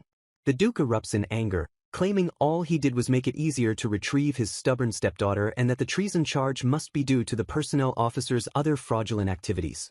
The Duke declares he is heading to the capital immediately. Reinhardt thinks that his father will likely throw the personnel officer under the bus to save the ducal house, but finds it strange that his father would risk so much for such a petty trick. He then realizes with dawning horror that the desperation to participate in fraud was not his father's, but his own. He remembers thinking he would do anything to make Michelle happy. Michelle approaches him, wondering if Connie is being reserved. He gives her a gift, a brooch, thinking that if Connie is not an option, he must find another way to make Michelle happy. Michelle is delighted with the lovely brooch and thanks Reinhardt, embracing him. As he holds Michelle, his mind flashes back to a past moment. In the memory, he had desperately asked Michelle if she would choose him over his father. Michelle had coyly replied that if his father were gone and he became the head of the ducal family, then maybe she would consider it. From that moment, he understood that as long as his father was alive, she would never choose him, and the thought that he would have to die took root. He had entertained the dark thought of taking matters into his own hands. He snaps out of the memory, horrified at what he was thinking, and dismisses the idea of killing his own father as ridiculous, blaming his exhaustion for the thought. Michelle suddenly talks about Connie, wondering if they could call her to the estate or just go to the castle themselves, before catching herself and saying she should have gone with the Duke earlier. Reinhardt decides it's better to give up on bringing Connie to her, knowing it would hurt Michelle if he explained that Connie doesn't want to see her mother. Michelle quietly wonders to herself if Connie's reluctance could be because of a certain reason. Reinhardt remembers Connie saying something about the origin of the Polonia tree. He asks Michelle if she knew about that, and she confirms it with a serene smile, telling him it is not something he needs to worry about. Michelle states that neither she nor Connie is at fault. There were simply things that could not be expressed in any other way. Reinhardt realizes that he never heard the full story of why Connie avoids her mother so extremely, only that nothing good ever happens when she is near her. He is left to wonder what in the world happened between them. The story delves into a flashback, explaining that Connie's stepbrother was the one most affected by her mother Michelle's power of charm, leading him to direct his unrequited feelings and resentment toward Connie. He would call her a filthy stray cat, and beat her in places her mother wouldn't see. He even threatened to sell her off to buy a jewel for Michelle and once loaded her onto a ship to do so. Through her mother's 2 remarriages, Connie came to understand the abnormal obsession of the men who admired her. Michelle would express outrage at the monsters who hurt Connie, like a man who pretended to be rich but was actually a pirate, yet Connie knew her mother still fell for such trash. As a child, Connie couldn't articulate the discomfort she felt, but she noticed the strange look in the eyes of the men who looked at her mother and never realized Michelle's charm was the reason for her suffering. At the time of her 3rd marriage, Michelle promised Connie she would find a good man this time. However, this new stepbrother also developed twisted feelings for Michelle and ended up chasing Connie with a weapon. The incident escalated into a bloody scene, with maids trying to shield young Connie from her crazed stepbrother who was wielding an axe. In his rampage, he slaughtered 11 servants. Reinhardt listens as Michelle recounts the past, explaining that Connie was nearly killed by one stepbrother and tormented by all of them. Michelle claims she was never present for these events and only learned afterward that Connie had run away, leaving a note that declared her mother the source of her misfortune. The horrific truth dawns on Reinhardt. He finally understands why Connie was so wary of him, as the very concept of a stepbrother is a figure of terror to her. He is aghast at his own actions, realizing he never even tried to understand the depth of her trauma. The weight of what he has done to her crashes down on him. Overcome with guilt, he collapses, wondering what he has done. Michelle dismisses the situation, claiming Connie doesn't actually hate her and that she has just always chosen the wrong men. She tells Reinhardt that Connie could have been part of a good family with her and her husband. Reinhardt believes it's already too late, as he gave Connie a nightmarish experience. Michelle brushes this off, saying Connie will eventually leave to get married anyway. Michelle then reveals her plan to choose a partner for Connie, showing Reinhardt portraits of much older men and asking his opinion. Reinhardt is appalled, pointing out the candidates are lecherous nobles simply looking for a second wife. Michelle casually reasons that an older partner means Connie won't have to be a wife for long, ignoring his protests that Connie isn't being sold off to settle a debt. Michelle coldly states that knightly duties should be easy compared to maid work, and getting married is only natural. Remembering Connie's diligence, Reinhardt states that he doesn't think she would be happy about this arrangement. He questions what Michelle is even saying, insisting Connie is not a person who only cares about money. He argues that they shouldn't force her into this, but Michelle counters that with Connie's plain looks, she won't be able to find a husband after she turns 20. With a smile, Michelle insists that this is the best path for Connie's happiness and that she will thank them for it one day.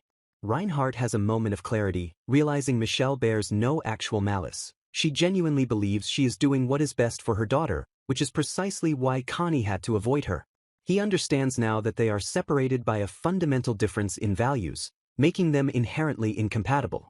He wonders if his father arranged the marriage prospects and why he allows it, speculating the Duke wants to marry off the commoner's daughter before she officially joins their family. He knows he must stop Michelle's cruel plan for Connie, but as his stepmother touches his cheek, he feels a strange influence taking hold. An unnatural feeling washes over him again. He finds himself caught in a web, questioning why he can't defy Michelle and feeling a conflicting hatred for Connie for rejecting her. He wonders if it's possible that her past husbands and stepsons were caught in the same way. He concludes that Michelle is someone who has lost the ability to make sound judgments. The thought crosses his mind that she might possess a supernatural power, like a succubus that preys on the lust of men. Michelle's voice breaks his trance, asking his name. He announces that he will be leaving for a while. When she asks where he is going, he simply stands. He declares he is embarking on a journey of training. Elsewhere, the king of Harbian furiously reprimands Duke Dagra for forging documents just to please his wife, telling him his past achievements are the only reason he wasn't executed. Prince Julian asks the Duke about Michelle Dagra, the former commoner songstress, and questions why she remarries so frequently. The prince explains that Michelle possesses a natural charm that causes the men she ensnares, especially husbands and their sons, to act foolishly, which the Duke angrily dismisses as slander. Citing his excellent informants, the prince recounts her past incidents, including the stepson who chased her daughter with a knife and slaughtered 11 servants. The prince continues, adding that another of her former husbands was stabbed by his own son, who was said to be driven mad by her influence. He speculates that being stabbed may have brought the man back to his senses. The Duke remains silent as he processes the information. The prince calls Michelle's enchantment a nuisance that brought down a capable man, stating they will place her under surveillance since they cannot punish her directly. The king grants Duke Dagra a chance to redeem himself. An attendant reports that the Duke has left for Essettle to form a difficult alliance with that country. The prince reveals he threatened to take Michelle into his own harem if the Duke failed, a threat needed to overcome his hesitation to leave her, even knowing he is enchanted. The king had stressed the mission's importance, stating that an alliance is essential as the country will soon face turmoil. A minister discusses the royal succession trial, noting that the third Prince Dominic is poor at politics and would become a puppet of his mother's homeland, Red Ram, if he became king. To prepare for the inevitable conflict when the Queen and the Red Ram Kingdom make their move, they must strengthen the military and secure talented personnel. The king justifies his leniency by explaining that Duke Dagra's power is immense, and his son Reinhardt is one of the third prince's most formidable assets. They cannot afford to lose both, despite Reinhardt's foolish mistake. The king notes that a messenger was sent to reinstate Reinhardt after his house arrest, but he had already left on a training journey, which the king allows as long as Reinhardt stays out of his sight. The prince observes that Reinhardt couldn't resist the enchantment and was sent back to his domain with the full knowledge that it would break him. The king remarks that Reinhardt is furious, and he will consider his return only after he has cooled his head. The king plans to impose stricter conditions for Reinhardt's reappointment so no one will complain, but instructs his men not to crush him completely. A vision of Reinhardt on his quest is juxtaposed with the prince's calculating smile. 3 months pass, and Connie, now recovered from her injury, has returned to her maid duties. Her friends remind her not to overwork herself. She is also continuing her accounting work twice a week, with Lord Klotza adjusting her workload so she doesn't have to rush. She is extremely grateful for the arrangement. One of the other maids asks what happened to Deputy Commander Dagra, as no one has seen him lately. Connie states that there's no need to know, thinking that he was just like all her other twisted stepbrothers. She reflects that while she doesn't even want to remember her past, enduring it allowed her to meet that person. Her thoughts are interrupted when a fellow maid rushes in, announcing that a messenger from the king was looking for her. Connie is stunned by the news. The royal messenger formally addresses Miss Connie Will, commanding her to report to the royal palace immediately. At the palace, a regal woman with a fan announces that a guest is waiting for Connie. An elegant woman with a fan smiles, telling Connie that she has grown so much. Connie, dressed in her maid uniform, looks on stoically and asks what business brings the woman here today. The woman, identified as Connie's mother, laments how cold Connie is after all this time, while Connie tries to make sense of why her mother is at the royal palace. Her mother explains that Duke Dagra, punished for the document forgery incident, was assigned difficult diplomatic missions and is now traveling from country to country. She was invited to come along and is here to report to the king. Rumors have been circulating among the nobility about Duke Dagra's wife, a commoner who managed to completely tame the arrogant duke. These rumors eventually reached the ears of the king himself. Her mother explains that she performed a song for His Majesty and received praise, so when he offered her a reward, she asked for the right to take her daughter home with her. The king agreed to arrange the meeting, stating that if the girl wants to return, then so be it.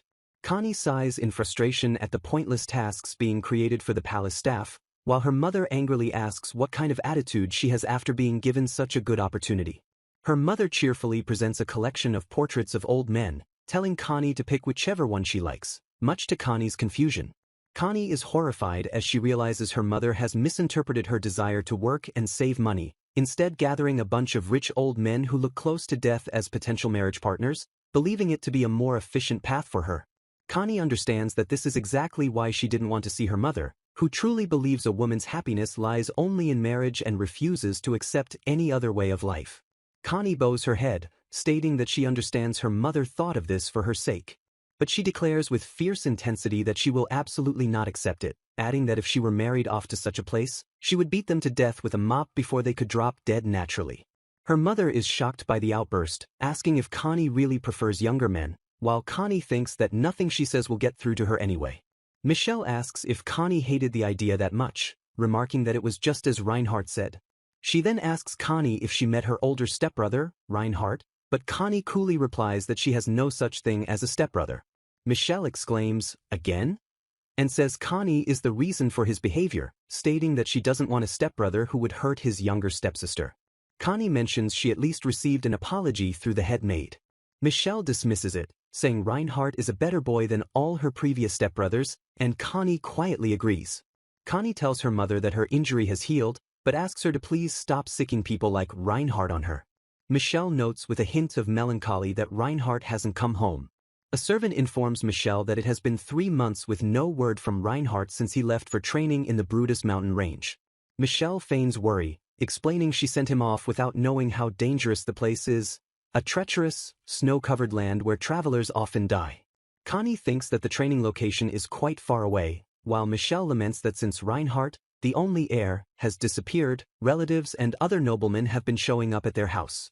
These men are all trying to promote themselves as potential heirs in the absence of a successor, and Michelle complains that they are all unbelievably ugly.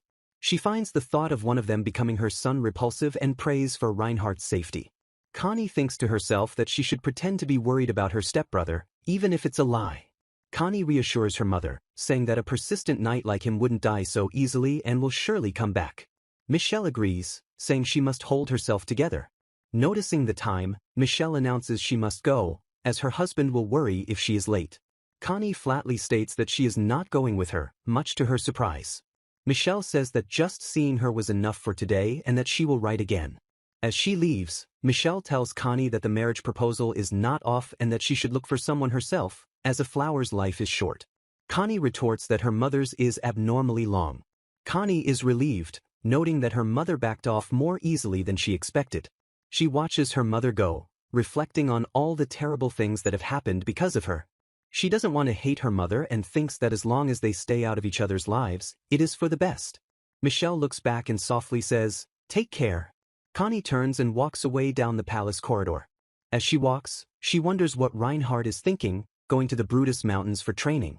She speculates that if his father were still around he'd have grown closer to his mother instead, and worries that her mother's curse on him hasn't been broken. Elsewhere, Reinhard, his hair now long, stands before Prince Julian, who asks if he enjoyed his long trip to the north. Reinhard apologizes for leaving the territory while under protective duty, but the prince says he will overlook it, understanding that Reinhard was testing himself. The prince reveals he knew Reinhard was trying to see if staying away from his mother would clear his head.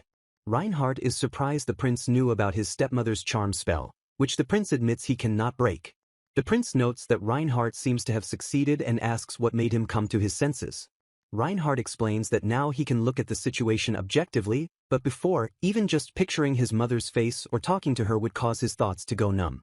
Even when the prince assigned him to guard duty, he felt strangely distant from the task, as if it wasn't his concern. He is now speechless at his own stupidity, bewildered by his past outrageous behavior and the sensation of no longer being himself. The prince understands, concluding that Reinhard had reached the limit of his mental burden.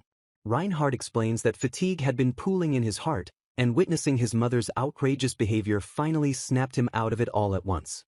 To drive out his impure thoughts, he sought his old mentor in the Brutus Mountains and swung his sword in the harsh environment.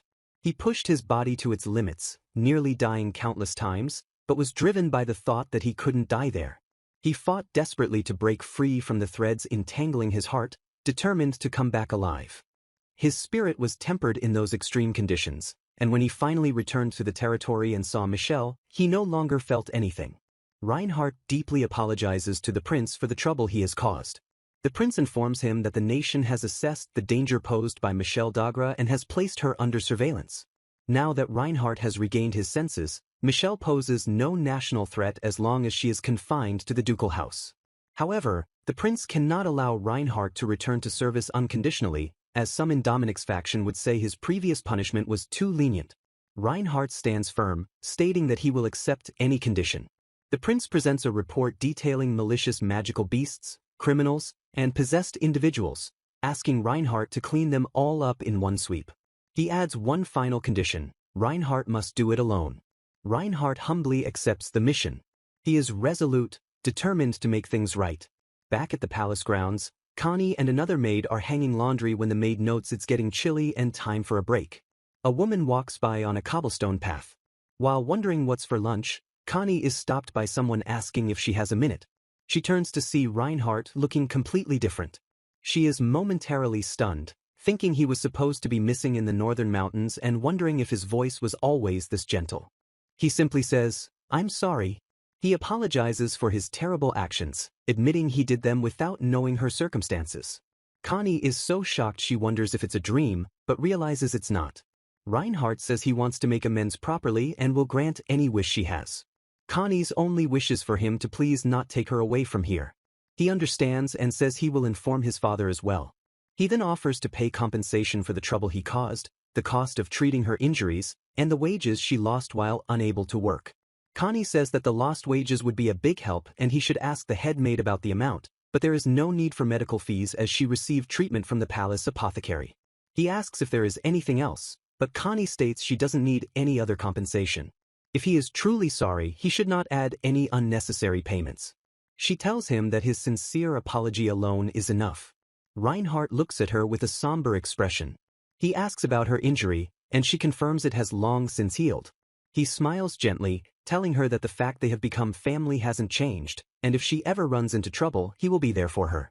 Connie is overwhelmed by his dazzling change in character and tells him not to trouble himself over her. He turns and walks away, leaving her in the courtyard. Connie watches him go, speechless. She wonders what just happened, questioning if it was a daydream and if he was somehow swapped with someone else inside. She notes that he was sparkling and wonders if he was purified in the mountains, questioning if it's really possible that her mother's curse was broken. She finds it hard to believe. Up until now, all of her stepbrothers had been cruel, calling her a stray cat and telling her she was in the way. But he apologized. He said he would help her. She stares after him, perplexed and intrigued. A few days later, the promised compensation for her lost wages is properly delivered through the head maid. She also receives a letter from her mother stating that the arranged marriage meeting is on hold, and that she can return to the ducal house if she ever wishes. Connie wonders if Reinhardt stopped the meeting for her. In the palace, maids gossip about Vice Commander Dagger's return to work, mentioning he caught a notorious wanted criminal. Another adds that she heard he also exterminated a giant serpent beast. The maids are amazed by his accomplishments, noting that he undertook the missions alone under Prince Julian's orders, much to the displeasure of the second prince's faction. Connie realizes that he has returned to his true self, the vice-captain of the Second Order, one of the most capable men in the palace. For some reason, he managed to break free from his mother's curse and avoid a ruined life. A fellow maid invites Connie to lunch, and Connie thinks that maybe now, she won't have to worry about her stepbrother like she used to. Her friends notice her smiling and ask if something good happened to her, but she denies it. They don't believe her and press her for details as they walk through the palace gardens. A woman with glasses prepares to leave her room, where two black cats lie on the bed, reflecting that she continues her side jobs on top of her duties as a maid and accounting assistant. Her previous side job involved gathering gossip amongst the lower-ranking staff. She remembers a time when an injury prevented her from her maid duties, forcing a change in her responsibilities. Her current side job is now patrolling the castle grounds at night, a simple task requiring only that she blow a whistle if she spots anything suspicious. Perched in a tree, she sees an intruder moving below her. With stealth and speed, she navigates the treetops and traverses a wall, her movements making only a slight rustle. A man with long, light-colored hair, Reinhardt, glances up, having heard the faint sound just now. Hours earlier, Reinhardt had returned to the capital, where he was greeted with fanfare. At a celebratory gathering, women surrounded him, eager to hear tales of his exploits, but he politely excused himself, claiming fatigue. He thought back on the past month spent traveling the provinces, a task assigned by His Highness as a condition for his service. During this mission, he had single-handedly dealt with and captured hundreds of bandits and dangerous non-humans. While he had brought knights under his command, Prince Julian had ordered him to act as the sole combatant, with his subordinate only handling support, a plan the prince had framed as a big cleanup, for just the two of them. His final opponent had been a grotesque beast known to devour its mate after copulation. The creature's relentless pursuit, no matter how many times he struck it down, served as a potent reminder of the aggressive women who relentlessly pursued him. Alone on a sofa, he mused that he did not dislike women, but was tired of the aggressive type that always approached him, wishing for once to meet someone more modest and to not see large breasts for a while. His thoughts drifted to a particular girl he considered easy on the eyes, even if he did not view her as a romantic interest. He then remembered an instance of seeing her in town dressed in casual clothes. A faint memory bloomed, and he admitted to himself that she had looked cute. His reflection was suddenly shattered by the piercing sound of a whistle. Recognizing the signal for an intruder, Reinhardt sprang into action, swiftly taking down one of the men running through the grounds. He instructed a nearby guard to handle the captured man and any potential accomplices, deciding he would personally check the courtyard for any others who might have slipped past. While walking through the darkened courtyard, he heard the sound of a nearby footstep. He turned with a start to see a cloaked figure darting away into the night. He recognized the maid's uniform and cap, immediately questioning why she would be in the restricted royal residential area. It occurred to him that there had always been something unusual about her for a simple maid. He recalled her sharp intellect, valued by bureaucrats for her calculation skills, and her ability to remain calm in a pinch, concluding that her very movements proved she was no ordinary person. The question of her true identity filled his mind as he considered the possibility that she could be a spy from a rival nation. He stood in the quiet courtyard, his gaze fixed on the spot where the cloaked figure had disappeared, deep in thought. In a different time, maids celebrated the completion of their new dormitory, a project that had taken half a year to finish. The maid with glasses, Connie, was informed by a senior maid that due to an unexpected increase in staff, there were no longer enough rooms in the new building for her. The head maid explained that the new hires came with a recommendation from a marquis connected to the queen, and refusing them would risk angering the second prince's political faction. She apologized and asked Connie to wait for an opening, prompting Connie to weigh her options, as her agreement to stay in the bureaucrat's quarters had been temporary. When asked, a male bureaucrat named Lord Klotze told her he had no objection to her staying longer. He gave his official approval for her to continue commuting from the bureaucrat's quarters, and she expressed her sincere gratitude. Connie thought to herself how kind Lord Klotze was, while he privately considered that Dagra, a recently returned official, might cause trouble again. Lord Klotze believed it would be easier to keep an eye on Connie if she remained in the bureaucrat's quarters, just as another man loudly invited the glasses girl to lunch. Connie gave a non-committal glance in the man's direction. Carrying her meal, she sought a quiet place to eat, hoping a certain person wouldn't find her today. Reinhardt, in the present, remembered seeing the cloaked figure several times at night and felt his duty as a knight compelled him to investigate, even as he hoped his suspicions of her being a spy were wrong. Connie followed a small black cat, observing which way it would lead her today. She was soon found in a gazebo by Reinhardt, who greeted her and asked if she was about to have lunch, causing her to sigh internally that he had come again. From his perspective, it was revealed that he had been using their recent lunchtimes as an opportunity to subtly probe her for information. He was pleased to find she seemed less wary of him now, even engaging in small talk about her accounting work and court lady uniform. He noted, however, that he was doing most of the talking, and his attention was then drawn to the flask she carried, which she confirmed was filled with soup from the kitchen.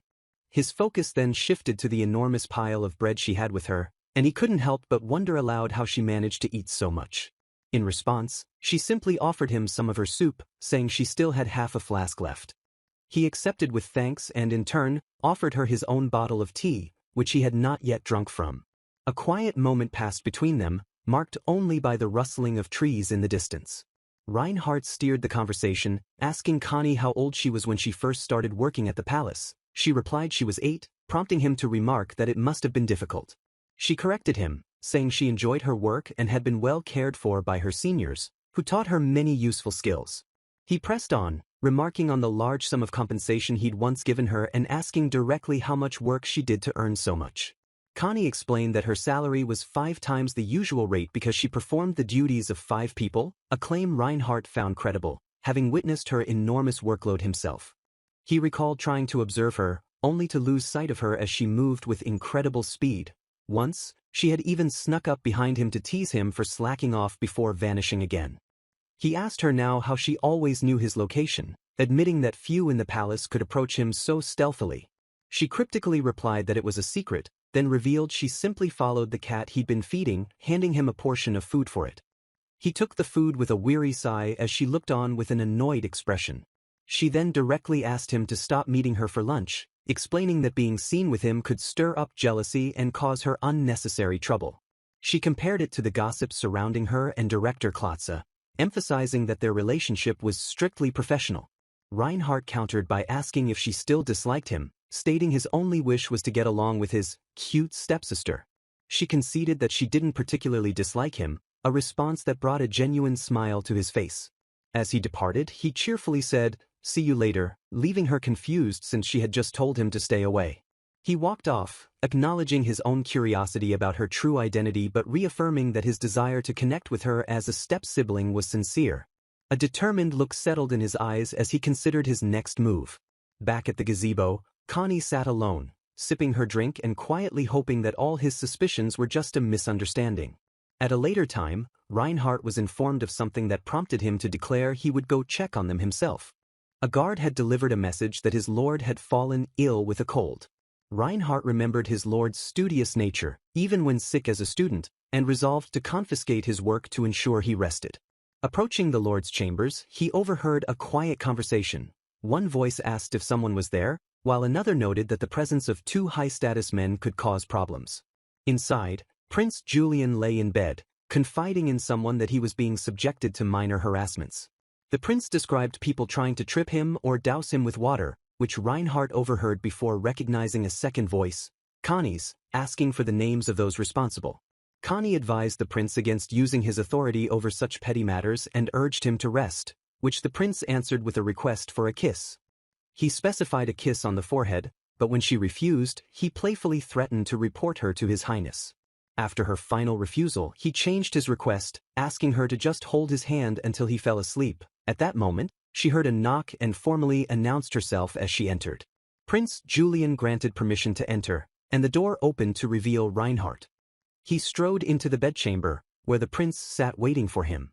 Reinhardt immediately asked if someone else had just been in the room, mentioning a voice he had heard from the hallway. The prince casually dismissed the question, suggesting he had merely been talking in his sleep. Saying nothing more, Reinhardt gathered a pile of books from the bedside table, stating he was returning them to the office to ensure the prince would rest. As he walked down the corridor, Reinhardt was certain he had heard Connie's voice and was now consumed with questions about her relationship with Prince Julian, suspecting they were lovers secretly meeting in the royal residence. He grimly concluded that his investigation into her as a spy was over, as the reason for her suspicious behavior was now clear. Believing she was in a secret relationship with the prince, he decided he must keep his distance to avoid drawing attention to them. A memory of him and Connie sharing a pleasant lunch together flashed through his mind. The memory sparked a sudden, jarring realization within him. His expression shifted to one of shock as he finally identified the strange new feeling that had been growing inside him. On the castle ramparts, the sound of coughing echoes through the air. A seasonal cold spreads rapidly through the castle, leading to an increasing number of people taking sick leave as guards are seen succumbing to the illness.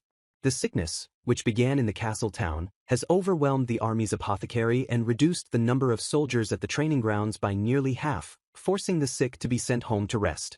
A long-haired man in uniform walks at night, musing on the fruitless relationship of a woman who chooses to be a secret lover rather than a princess consort, when he suddenly notices something falling from above. He looks up to see the silhouette of a person plummeting through the night sky. His eyes widen in shock as he realizes the gravity of the situation. He lunges forward, managing to catch the falling woman in his arms just before she hits the ground. He recognizes the woman as Connie from the accounting department, recalling that he had seen her just a little earlier. The scene shifts to that earlier moment, where Connie arrives at her office to find it empty, wondering if everyone has gone home due to the terrible cold she heard was going around. Her colleague, Nicola, informs her that half the staff is absent, others went home by noon, and their coworker Abel has collapsed and is resting in a back room. A sick Abel tries to get back to work but is urged to stay put by his colleagues, who fear he will spread the illness further, demonstrating the severity of the outbreak. Connie learns that both the tower's pharmacy and the military's pharmacy are low on herbs and only have weak medicine to offer. She goes to the army's apothecary to request medicine but is flatly denied, as he insists the army that protects the nation must be the priority. The apothecary states that his sole priorities are the royal family and the army. Connie argues that monopolizing all the cold medicine ingredients for the army is unreasonable when the castle is not at war. The apothecary dismisses her, stating that if any medicine is left after a month, once all military personnel have recovered, he will give her some. She questions the logic of prioritizing trained soldiers who would likely recover faster than average people anyway, though she concedes the royal family's priority is understandable. Connie presses her case, explaining that the castle's functions are grinding to a halt because the civil officials are collapsing from the illness, not just the army. Enraged, the apothecary belittles her for talking back, questioning her understanding of the army's importance and the work required to run the castle. He yells at her to get lost and unleashes a powerful force that throws her off her feet. Connie is sent flying backward out of a high window by the apothecary's unseen power. Back in the present, Connie finishes recounting the story to the man who caught her, who listens with a serious expression. The man is shocked, calling her actions a death wish and questioning if the apothecary is a mage. He explains that the apothecary is known for sending people flying with wind when he gets angry and has been warned about it by the captain before. Because the apothecary was hired through connections and no one had died from his outbursts yet, it was never a major issue, leading Connie to realize she was nearly the first fatal incident. The realization that the apothecary genuinely tried to kill her fills Connie with fury. Still in the man's arms, she asks to be put down, but he insists on hearing her story first before he sets her on her feet. Once standing, she feels a pang of embarrassment over the undignified way she was found. She quickly composes herself and formally thanks him for saving her. Touching her head, she vaguely wonders if something hit her during the fall. The man simply watches her for a moment. He then declares that he will handle the issue with the medicinal ingredients, asserting that the army should not monopolize them, and prepares to say something more.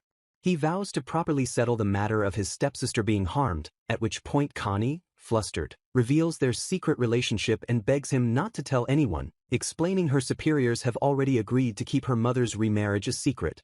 When he asks her what she plans to do next, she states she will return to help the accounting department before making a hasty excuse that she dropped something to get away.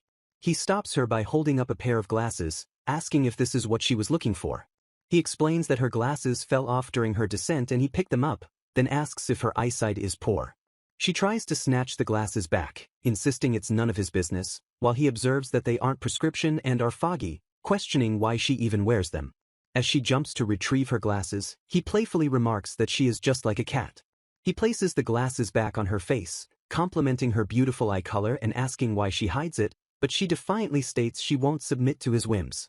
As she adjusts the glasses with an annoyed expression, he silently reflects that he may have gone too far with his teasing. He continues to watch her quietly.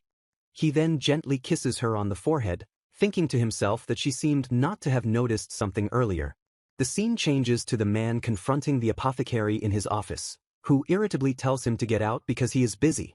The man persists, acknowledging the army's priority but pointing out that there is more than enough medicine, though the apothecary appears unwilling to listen. Arguing that they are not at war, the vice commander implores the apothecary to consider the weak who are dying from the epidemic, but the apothecary questions how a military leader could hold such a view. The apothecary dismisses the vice commander's plea as the same nonsense spouted by the noisy little rat he dealt with earlier.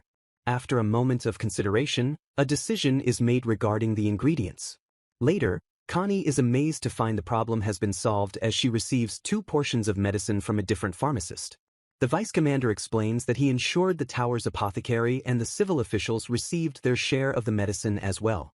When Connie expresses surprise that the apothecary agreed, the vice commander claims it was done without much trouble, while a flashback image reveals he defeated the apothecary in a duel.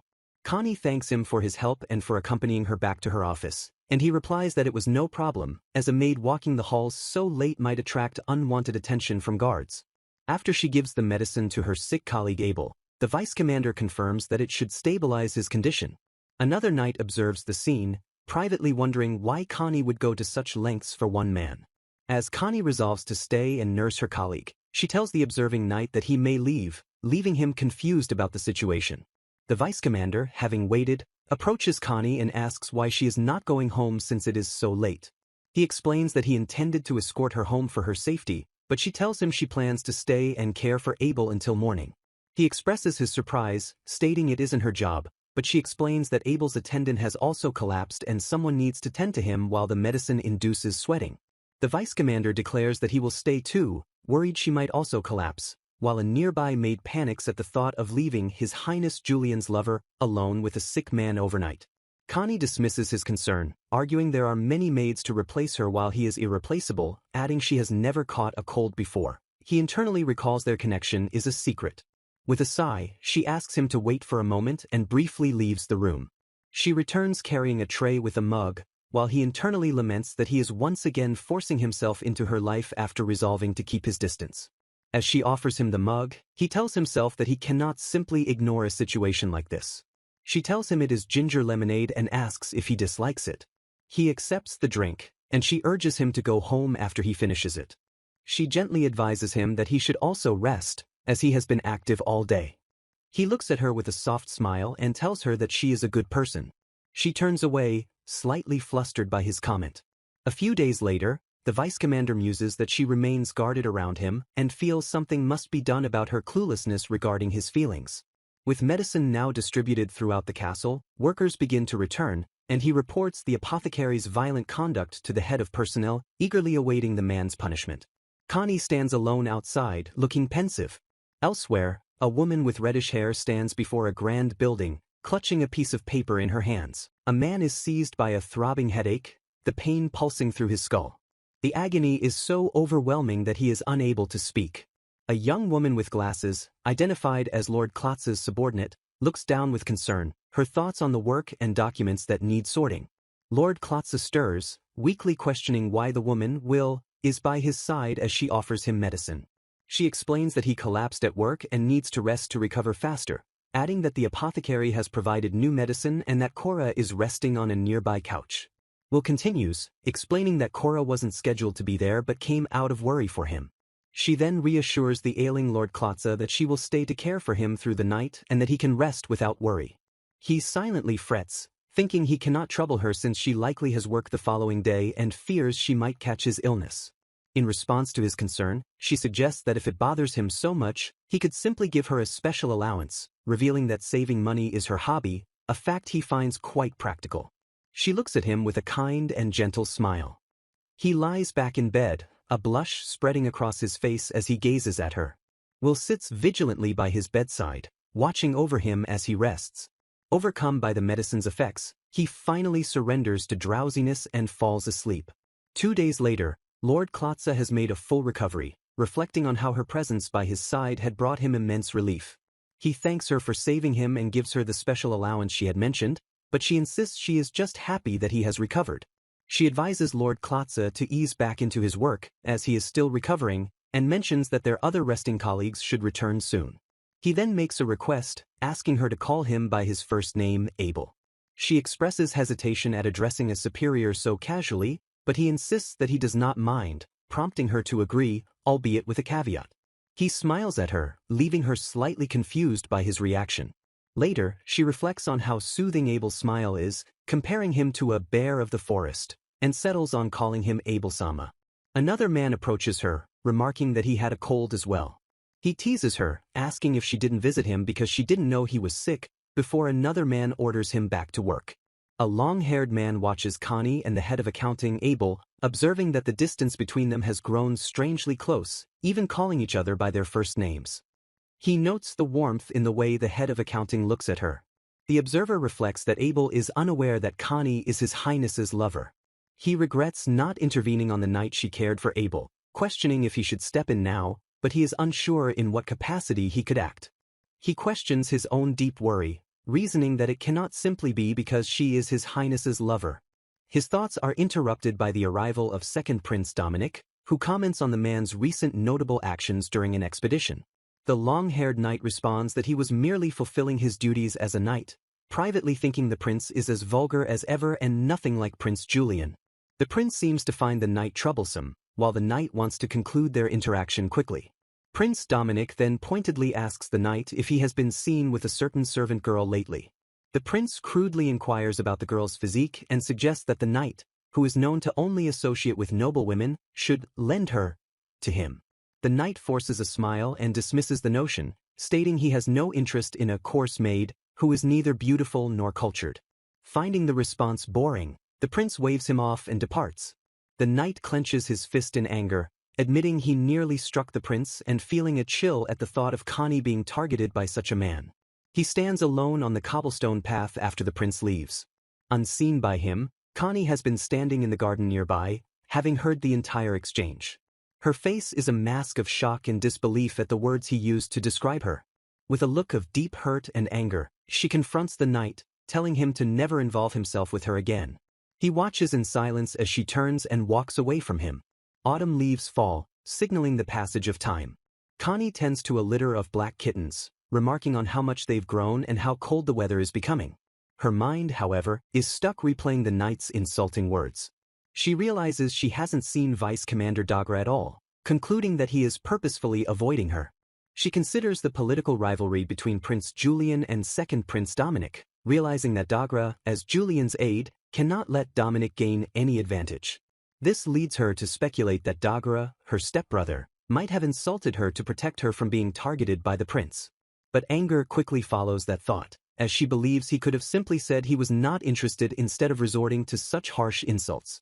The effortless way the words left his lips convinces her that he must have been speaking his true feelings. She clenches her fists in frustration, surrounded by the oblivious kittens. She feels a profound sense of disappointment, admitting to herself that she had been hoping for something more to develop between them. She reminisces about how happy she was when he got her medicinal ingredients, thinking he might be different from her former stepbrothers and that they could become closer. The weight of this disillusionment settles heavily on her. She stands quietly by the window, lost in thought. She resigns herself to the situation, deciding it's best if their connection fades away, convinced he will also soon forget about his plain stepsister. Her quiet moment is interrupted when she spots a letter resting on the outer windowsill. The note contains a simple message: "Please hear me out. I will be waiting at midnight in the rear garden of the small sanctuary." Holding the letter, she is left to wonder about its mysterious sender. A mysterious note is left, containing no name and no specific time, only the instruction to meet at midnight in the back garden of the chapel. The suspicious nature of the message causes a moment of surprise. At the appointed place, a cloaked woman with short hair stands by a doorway, awaiting the arrival of the person she summoned. The cloaked woman, identified as a new maid named Sophia Mar, greets the maid with glasses by mocking her carelessness for showing up based on a single piece of paper. The maid with glasses turns to leave, stating she will depart if there is nothing important, but Sophia urges her to wait and at least hear her out. Sophia reveals her true purpose. She wants the maid to introduce her to Lord Klotze so she can become a finance officer, supplementing her work in the accounting department. The maid with glasses questions who told Sophia about her connection, suspecting an acquaintance she calls a useless mutt, as Sophia admits the finance department is unaware she is also a maid. Dismissively, the maid asks if Sophia has any accounting experience or skill with paperwork, insulting her by saying someone raised in the slums would be incapable of such work. Sophia claims her only skills are brewing tea and giving massages, just like the maid, who counters that Sophia's handwriting is nearly illegible and questions her potential use to the finance office. The maid flatly rejects Sophia's qualifications, stating that she does not serve tea and that massages are irrelevant, calling her useless and questioning the versatile maid title. Laughing, Sophia accuses the maid of forcing others to praise her and insists her request will be accepted, but the maid warns her not to misunderstand the situation. The maid, who is secretly only 17, states firmly that she does not accept worthless requests, prompting Sophia to call her an old hag who has been there too long. The confrontation continues as the maid repeats her refusal of worthless requests, and Sophia again insults her as an old hag who has overstayed her welcome. The maid with glasses reveals she knows Sophia Mar's actual assignment is dishwashing, a fact that stuns Sophia. She continues by describing rumors about a troublesome newcomer in the royal kitchens who constantly breaks expensive plates and even steals the royal family's desserts, all of which Sophia denies while demanding proof. The maid presses further, asking Sophia if she would know anything about such a troublesome person. Sophia explodes with anger, shouting that the guards are insane for repeatedly chasing her away from the administrative wing like a troublesome pest. She complains that she is treated like a suspicious intruder and denied access to Lord Klotze, but the maid cuts her off, declaring that she has heard enough. The maid informs Sophia that she is unfit for her job and will be reported to the head maid, telling her to go back to the dorms and pack her things. Suddenly, a loud bell tolls, which the maid recognizes as the castle's alarm for a dangerous intruder on the grounds. A sinister smile spreads across Sophia's face as she calmly reveals that the alarm means the guards have found the body of the guard she killed. She recounts how the guard had grabbed her arm and questioned what a maid was doing wandering around at night, refusing to let her go. Sophia vents her rage toward the maid, recalling all the times she was annoyingly corrected for her shallow bows and improper greetings. Her fury peaks as she accuses the maid of trying to scare her away while hypocritically staying close to the handsome knight, Lord Klotze. Having reached her breaking point, Sophia declares that she will simply get rid of the maid and take her place. An observer notes that Sophia has transformed into a demon within the castle walls, a situation the castle's barrier, which only repels external threats, cannot handle. Now in a monstrous form, Sophia threatens to kill the maid quickly, take her clothes, and head back to the dorm as the maid discreetly pulls a small weapon from her sleeve. The maid throws her weapon, a pair of scissors, to skillfully deflect the demon's initial attack. As the maid glances toward the shadows, a masked figure is seen hiding among the trees, making her wonder if allies are nearby. The demon that was once Sophia lunges forward with razor-sharp claws. The maid twists her body, narrowly avoiding the deadly strike that flashes past her face. With a look of grim determination, she prepares for the next move. The maid strikes the demon with a short sword, causing it to cry out in agony, shocked that any blade could harm it. The maid explains the sword is coated in Rapha silver, a special mineral for killing fiends. Realizing that capturing the creature with only a short sword would be too difficult, and knowing it has already murdered someone, the maid resolves that the pest must be exterminated immediately. The wounded demon lets out a piercing shriek of terror. It attempts to flee by flying away, but the maid sternly declares that it will not escape. As the demon gathers energy for a magic attack, the maid vows to finish it before the spell can be fired. The maid raises her short sword, expertly deflecting the incoming blast of magic. The force of the deflected spell sends her stumbling backward through the underbrush. From the shadows, the hidden spy leaps out, raising an axe to strike the maid from behind. The maid whirls around, her eyes widening as she identifies the new threat as a spy.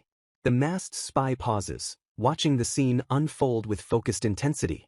The maid now faces two opponents, the wounded demon and the armed spy, and must decide her next action. She quickly determines that the fiend is the more immediate and dangerous threat that must be dealt with first. The injured demon struggles to gain altitude, unable to fly high, while the maid looks for an opportunity to drag it back down. Suddenly, a magic arrow streaks across the night sky, and the maid wonders if the guards finally noticed her signal whistle. The arrow hits the demon, causing it to crash to the ground, where it continues to desperately try and run away. The demon cries out in disbelief and confusion, repeatedly asking why this is happening. It turns and sees a knight approaching, screaming for Night-sama to save it from the woman it now sees as a monster. The magic arrow strikes the demon's chest with explosive force.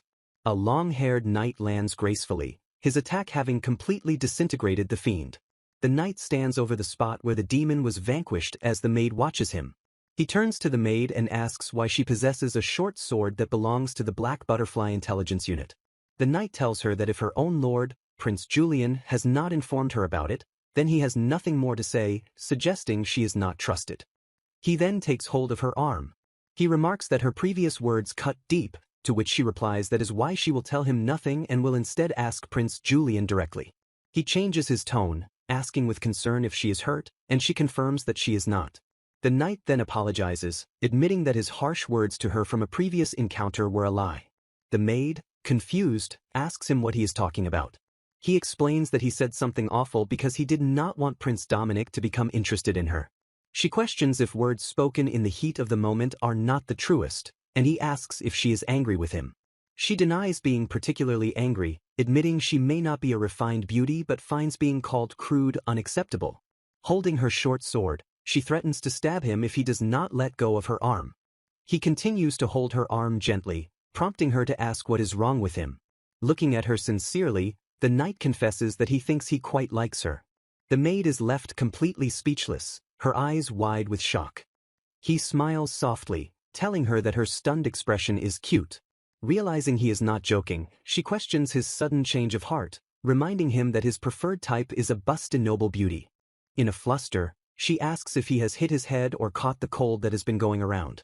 He simply smiles, unfazed by her frantic accusations. He asks if she intends to pretend his confession never happened, while she pushes him toward the apothecary, insisting he get medicine before his cold worsens. In the distance, two guards are seen running toward their location. The knight insists he is perfectly healthy, but the maid warns him not to underestimate colds, telling him that Abel-sama collapsed after making the same claim. The guards arrive, and one begins to ask why the knight is on a first-name basis with the head of accounting, but the knight cuts him off, saying it is none of his business. The maid interrupts them all, stating she would like to examine the corpse of the murdered guard and asks for an explanation of the situation. The day after a possessor appeared in the northeastern forest, the second prince arrives to investigate the damage. He questions a man, confirming his presence during the incident the previous night when the watch bell rang. The man recounts grabbing his weapon and seeing a light in the night sky, which he shot down using the demon-breaking bow. He then regrouped with the guards, but they were attacked by another foe and pursued them into the eastern forest before losing them. This new enemy moved with the swiftness of a skilled assassin, prompting the prince's group to decide they will investigate the eastern forest as well. The prince commends the man for shooting down the possessor, though he notes Reinhardt was the one who finished it off, revealing the creature's true target was a woman named Connie. Reinhardt shows a brief flash of surprise at this news. He is glad Connie is safe but is left wondering why she was even there. The prince begins to relay sensitive information, prefacing that it is a report from the shadows. Reinhardt braces himself for the contents of the report.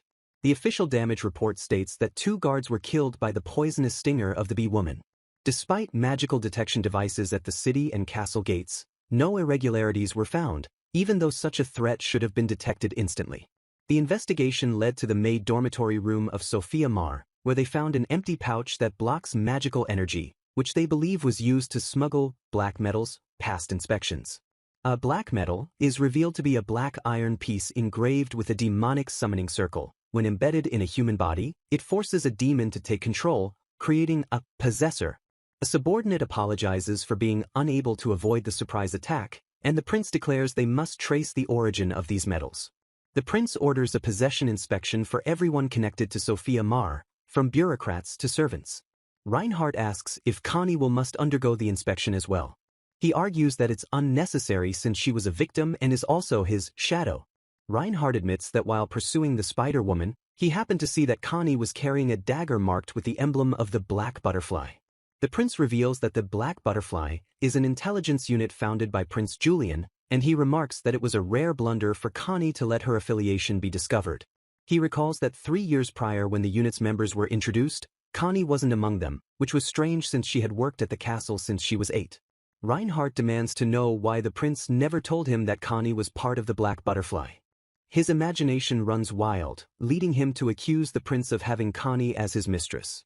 The prince scolds him for his lewd assumption, clarifying that her special position means she is only a part-time intelligence agent, and her begging for a kiss in the bedchamber was merely a joke. He explains that Connie's main job is as a maid and her assignments are usually not dangerous, a fact that astounds Reinhardt, who saw her corner a monster. The prince concedes that her ability to suppress the witch's combat strength with only a dagger proves how capable she is, regardless of her role. For Reinhardt, everything suddenly makes sense. Her suspicious behavior at night, her mysterious physical abilities, and her apologies for failing missions. He flashes back to a moment of close contact with her. He realizes with a pang of guilt that the reason no arrow was aimed at him was because he is one of Prince Julian's close aides. The prince delivers a chilling warning. If Reinhardt ever causes that girl to be injured again, he will never see the light of day again. Reinhardt questions the prince's deep investment in Connie, but the prince dismisses it as a natural inclination to look after a diligent subordinate whom he considers a little sister. As Reinhardt mulls over the phrase, little sister, a knock sounds at the door. The prince bids the person to enter. He introduces his new close aide, Abel Sesklotze, the head of the accounting department, whom Reinhardt should know by name. Reinhardt is visibly stunned, thinking to himself that the Marquis family is supposed to be neutral. He cannot understand why a member of the neutral Klotze border Marquis family would align with the prince. The prince then continues his earlier conversation, stating he has another report from the shadows. This report reveals that during the chaos, Reinhardt confessed his feelings to Connie. The prince looks at him expectantly, asking what he intends to do now. Reinhardt appears troubled and unable to answer. A sly smile spreads across the prince's face. Elsewhere, Abel and a young attendant look out a window onto the castle grounds. The attendant points out Connie walking below. He cheerfully suggests that Connie is a candidate for Abel's wife. A flustered Abel denies this, claiming that people only think he's fond of her because she nursed him back to health. The attendant presses further, pointing out that Abel allows certain subordinates to call him by name and suggesting he only accepted his new post to keep Vice Commander Dagra in check, which Abel confirms was to protect his subordinates. The attendant lets out an exasperated sigh. He recalls how Abel's idea of a thank you date for Connie involved a payment of 3 gold coins, and he questions if she was truly happy with that. Frustrated, the attendant urges Abel to be more romantic instead of treating their relationship like an extension of work, but Abel sees no rush to get married. The attendant warns that if he takes things so easy, Connie might slip away, as a woman's marriageable age is short. Abel's attention is caught by the scene below, and his expression turns grim as he says, "This is bad." He sees a man with long, light-colored hair aggressively apologizing to Connie.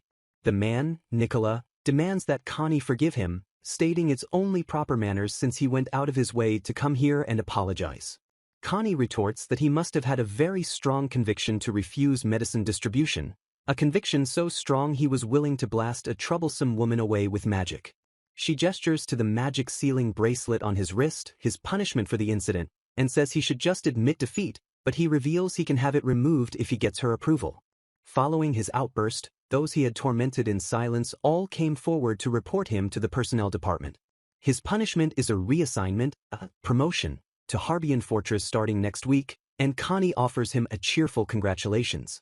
Harbian Fortress is a harsh border outpost near a lava river, understaffed, underfunded, and with weak defenses against invaders. It serves as a reform site where even nobles are forced into a self-sufficient life of farming and hunting dangerous beasts to survive. Connie correctly deduces that he wants to regain his magic before his transfer date. She begins to explain her own past, starting with something that happened 15 years ago. She recounts her time as an apprentice apothecary in a small country called Shanao, where a terrible epidemic swept through the castle.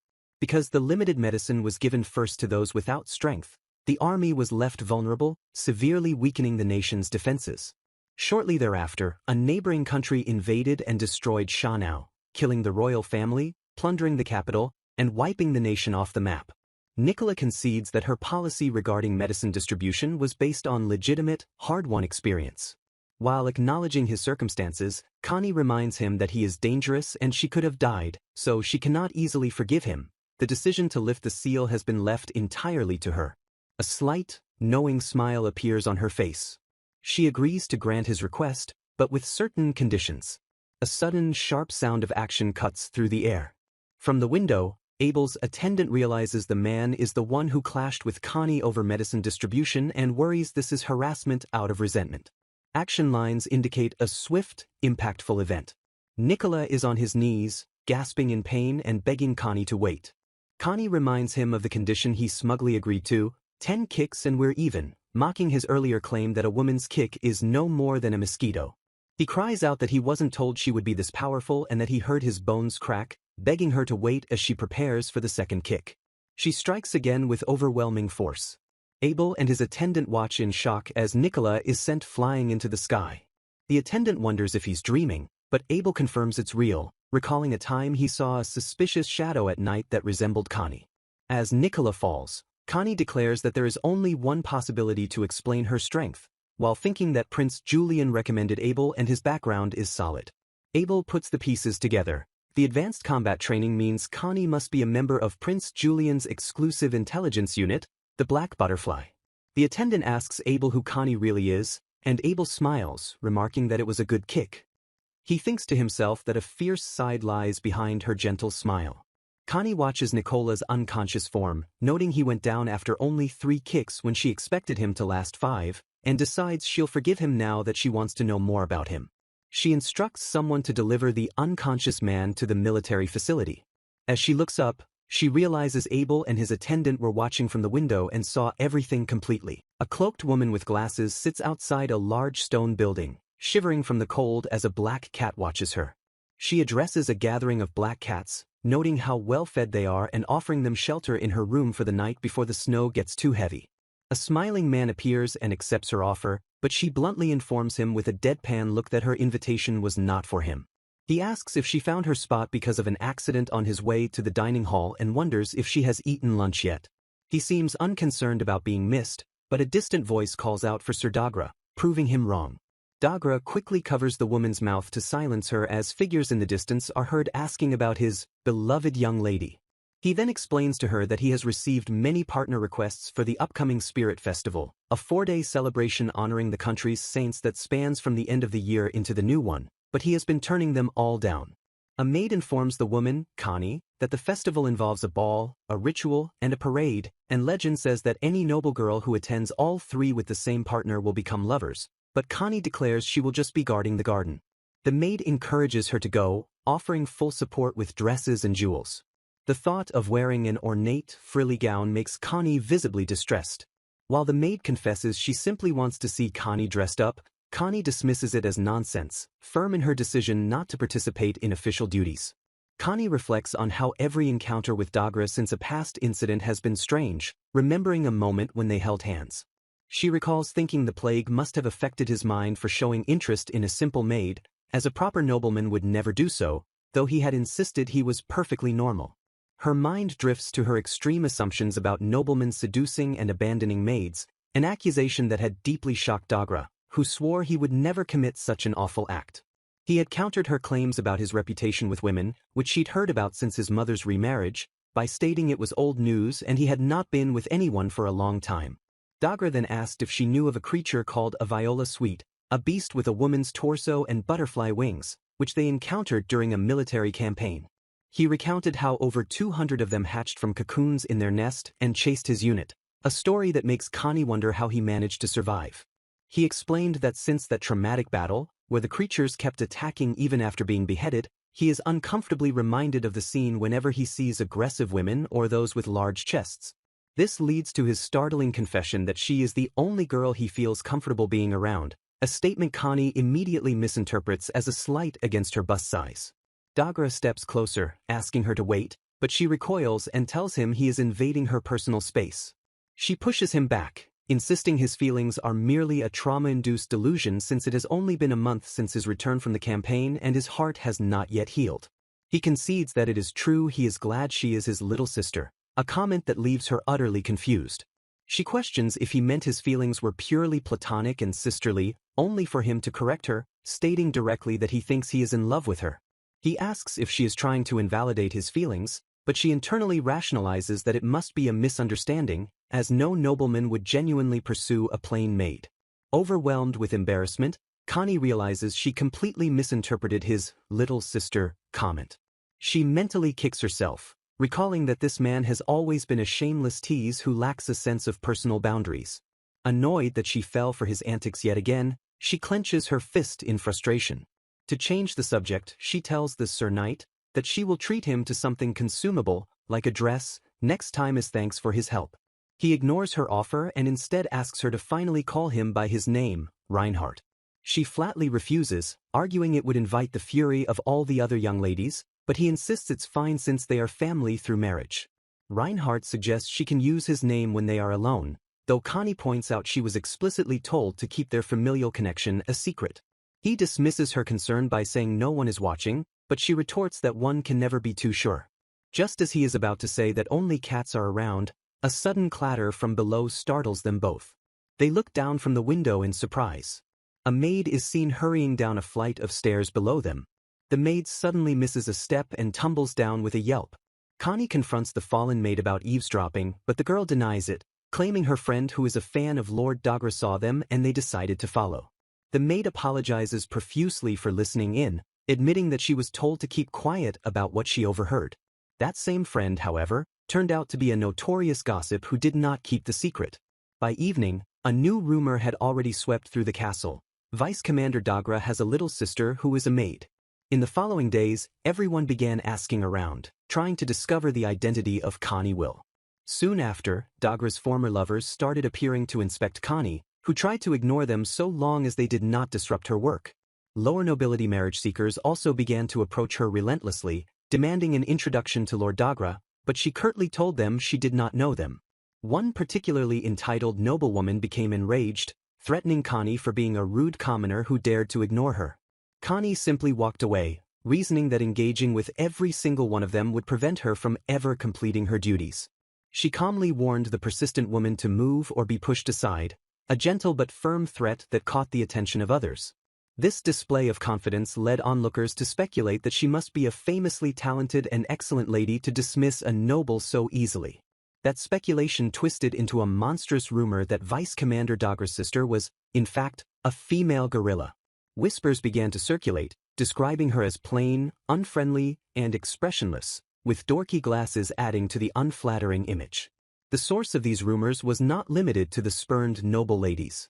Among the castle staff, talk of a terrible maid began to spread. The other maids identified the source as the one who had been eavesdropping, now spreading malicious rumors about Connie out of pure jealousy. Despite the head maid's warnings, many continued to harass Connie, hoping to use her connection to Dagra to secure a wealthy husband. Her sympathetic co-workers advise her to stay away from the maid's dorm for a while, as gawkers have been showing up, and Connie feels relieved she never moved into an empty room there. She walks through the castle corridors, feeling the eyes of others on her.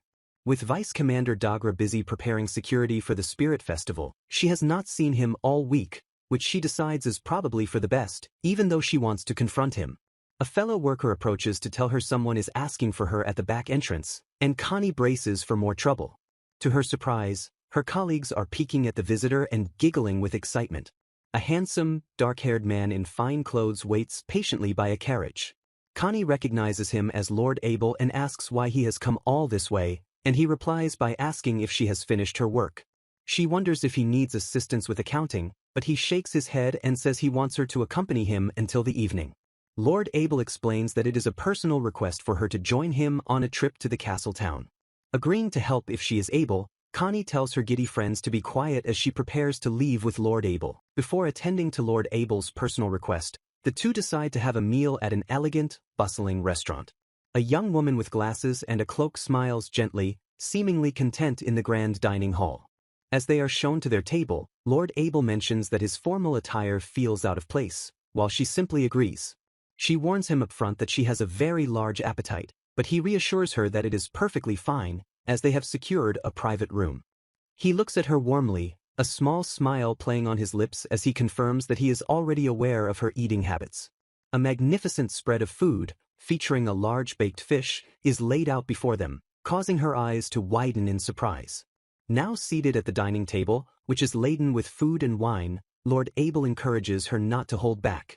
She offers a simple word of thanks to Lord Abel for the meal.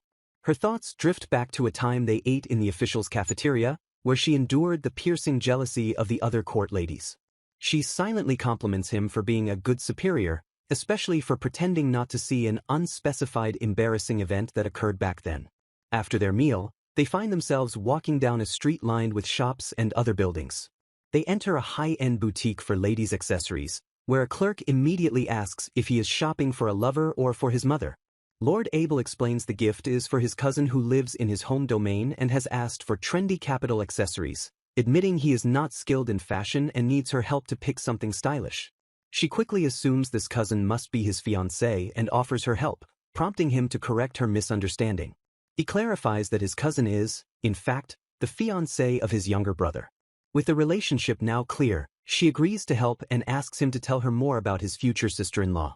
He describes a mature 15-year-old girl who, since losing her parents, has only worn black dresses. Based on this, the woman suggests they select accessories in black to create a unified and delicate look. Lord Abel listens intently to her thoughtful recommendation. She presents a curated selection of fine black accessories, including heeled shoes, a handbag, perfume, a fan, and a bow. Both Lord Abel and his young companion look on in astonishment at the perfect collection she has assembled. He expresses his deep satisfaction, stating that the selection will suit his brother's fiancée perfectly and that she is sure to love it. The boy companion, impressed, asks how she knows so much about noble ladies' fashion, and she explains that she worked backstage at an opera as a child, helping to dress the performers. Lord Abel looks at her and tells her sincerely that he is glad he asked for her help. To thank her, he insists she pick an item for herself from the shop, pointing out a sky blue handkerchief that she mentally calculates costs 20 times more than any she would typically use. A beautifully wrapped gift box is held in someone's hand. Holding the gift, she thanks him, and he replies that he will treasure it. The two are later seen traveling together in a horse-drawn carriage. She remarks that since his younger brother has a fiancée, it stands to reason that Lord Abel must have one as well. Lord Abel states plainly that he does not have a fiancée. He explains that until the previous year, he was constantly touring the royal lands as a tax officer, and being unattached was simply more convenient for that lifestyle.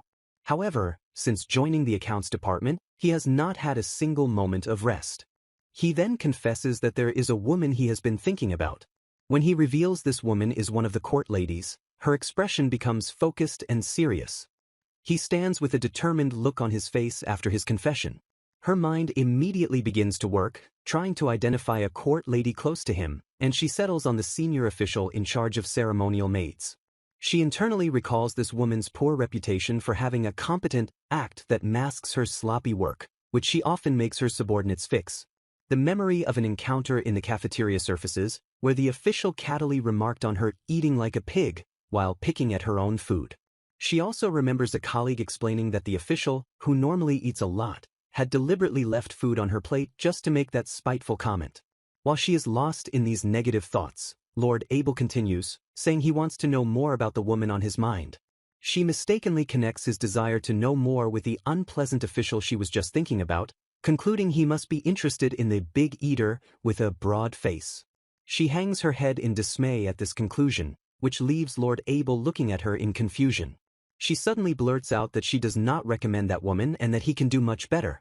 Lord Abel's expression shifts from hopeful to crestfallen, and then to utter bewilderment at her unexpected outburst. She looks flustered and confused by the exchange as well. As they ride away in a carriage, he remarks that she's tough, and she looks back, asking what he means. The scene shows their party arriving back at a large building, with other people milling about. An official informs the woman that she can clock out for the day, thanking her for her work.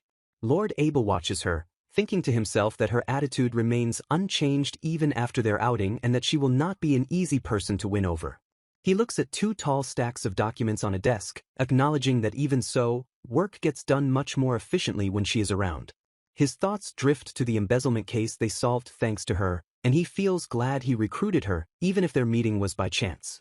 He reflects on the unresolved aspects of that case. The main culprit died in a suspicious fire, and the mysterious black-clad woman, who manipulated officials, was never found. His mind also turns to another recent incident and a spy who managed to get away, their identity still unknown. He muses that the perpetrators left no openings for them to exploit. The thought concludes that the culprits may still be in the castle acting normally, as a smiling young man named John Hokeyes peeks through a doorway. The woman with glasses watches this from a distance with a serious look. Lord Abel suddenly appears and confronts John Hokeyes, telling him to stop slacking off and demanding to know how many times he must be told not to pester the woman. John teases his chief, asking if he is also interested in Glasses John, before being curtly ordered back to his post. In the midst of a heavy snowfall, a lone gazebo stands covered in white. Through a window, a cloaked figure stands in the distance, while inside, a small black cat shivers violently from the cold before curling into a tight ball. The sound of the wind continues to howl through the frigid landscape. A young woman with glasses and a maid's uniform appears in a doorway, her expression one of surprise. A smiling man in a white, hooded cloak holds the black cat, explaining to the maid that the weather turned into a blizzard while he was on patrol, so he brought the cat here from the gazebo, deeming the barracks unsuitable. The maid, relieved, kneels down to greet the cats as the man muses aloud that kicking only him out in such weather would be a devilish act. She permits him to stay until the blizzard passes, prompting a grateful smile from him. He admits he was gambling on her kindness to let him in, but she sternly reminds him that this is for one time only. As he settles in, he prepares to ask her a question, his charm on full display, which she mentally notes as being pointless. He bluntly asks if the rumor is true that she dumped Viscount Heron's butler, startling her as she pours tea. His question stems from gossip he overheard about how the two were supposedly dating in the first place.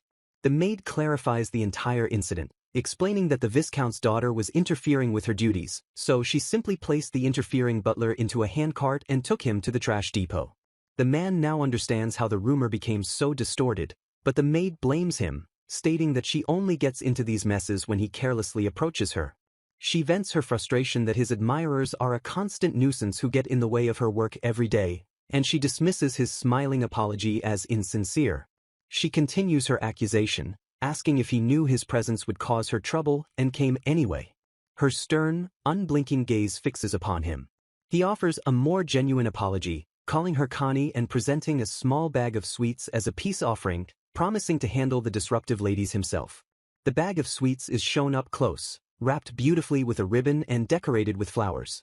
He explains that the sweets are a souvenir from a diplomat acquaintance and that they come from a small island nation called Shanau. Connie is taken aback, revealing that Shanau is the homeland of her late guardian who raised her from infancy because her own mother did not. On that note, she agrees to forgive him if he truly deals with the other women. As she tastes a piece of candy, she remarks that it has a nostalgic flavor, despite this being her first time eating it. She admires the wrapping, noting the cute translucent paper with pressed violets and the ribbon that looks usable for tying her hair. He then changes the subject, asking if she still has no intention of calling him by his name. Connie inwardly sighs at his troublesome nature, wondering just how much of her attention he wants.